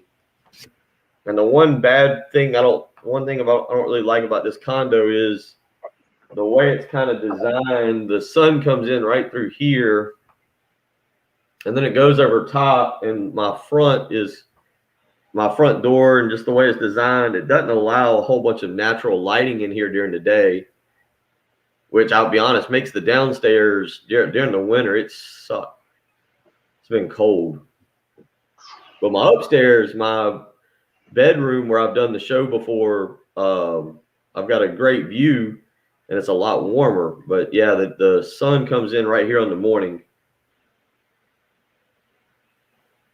Oh, GameStop's gone down to 174. Stocks are supposed to open good today. We'll see how they do. All right, we'll come back. 7,500 from Columbia to Destin in June. Of course, that's not the price.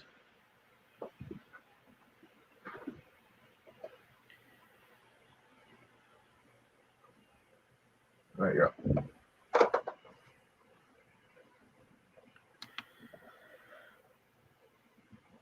Big thanks to everybody who's joined us this morning. Your post-Easter show. Hang around. Dan Patrick next. And then we're back live and local. Pearson Fowler, Preston Thorne from 12 to 1. Pearson and Jay. A little bit of Tommy Moody from 1 to 4. And then everybody's favorite, Keith Klein, wraps up a Monday afternoon for you. Again, if you're out there, if you've taken the kids to school, good job. If you're like me, the kids are on spring break and they're hanging out. I think Austin is fully invested in Fortnite or maybe the NBA game. I'm not sure. It might be playing some NFL. I'm not sure. He's up there on the PlayStation. Ansley, the daughter, is, I think she's just in her room doing whatever it is 11-year-olds do. So I'll monitor them throughout the day. Great weekend of sports by and large. Again, the Final Four producing a lot of things tonight. 9:20. You can hear it right here on 107.5 The Game. Patrick, who are you going with tonight? I think I'm just going to take Baylor. I want to zig while everyone else zags. They were so good. This is the one team that can possibly defend Gonzaga. They look so good in the Final Four. I'll take the upset. Okay. Definitely the points. Definitely give me the 5 points. We will get pretty much Gonzaga's never won a championship, and to my knowledge, Baylor hadn't been there since 1947. I don't think they have a championship. We don't research on this show. We just like to do it by the seat of our pants. But this morning, we did a really good job. Thank you for all the contributors via the text line, via the live stream. Sign up. Go to YouTube, 107.5 The Game, the YouTube channel, and sign up and participate with us on the live stream. Patrick, we'll do it again tomorrow. Lot to talk about. Y'all have a great day. Take care. All right, clear. All right, before we end this live stream, I got to confirm this because Craig's already talked. That's a single, $3,700 for 2 passengers. Yeah, I don't know how you're. All right, Columbia to Destin. Because Key West. When did you say? In June? So let's just look. June. Let's say June 10th and come back. June 10th is a Thursday and come back on a Monday. Go the 10th to go a Thursday through a Monday. Leaving Columbia, landing at Destin, Fort Walton Beach. Let's see what we got here. I'm using Orbitz. Here. Yeah. Craig, I don't know what you're looking at. I can fly round trip from Columbia to Destin June 7th, a Thursday, through June 10th, a Monday.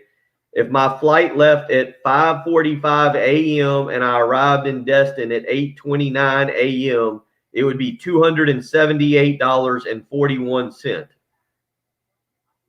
You might have added a hotel and a car and a VIP package and champagne service. I don't know what you did. I'm looking at Orbitz. Columbia to Destin. That doesn't read properly, but you get the point. So, yes, Craig, you were not sure how to don't ever let Craig book your getaways. That's what we've learned on the live stream this morning. Everybody else, hope you have a good day. Patrick, yes, you definitely did something wrong. We'll do it again tomorrow. Promote the YouTube channel, Twitter, all around, just a bunch of Twitter. Put it out there. Mass tweeting about the YouTube channel. We'll see you all tomorrow morning. We out, Patrick? Patrick's muted. Oh, yep, we're good. Subscribe, everybody. Subscribe, and we'll see you tomorrow morning. Take care. See you tomorrow. Later.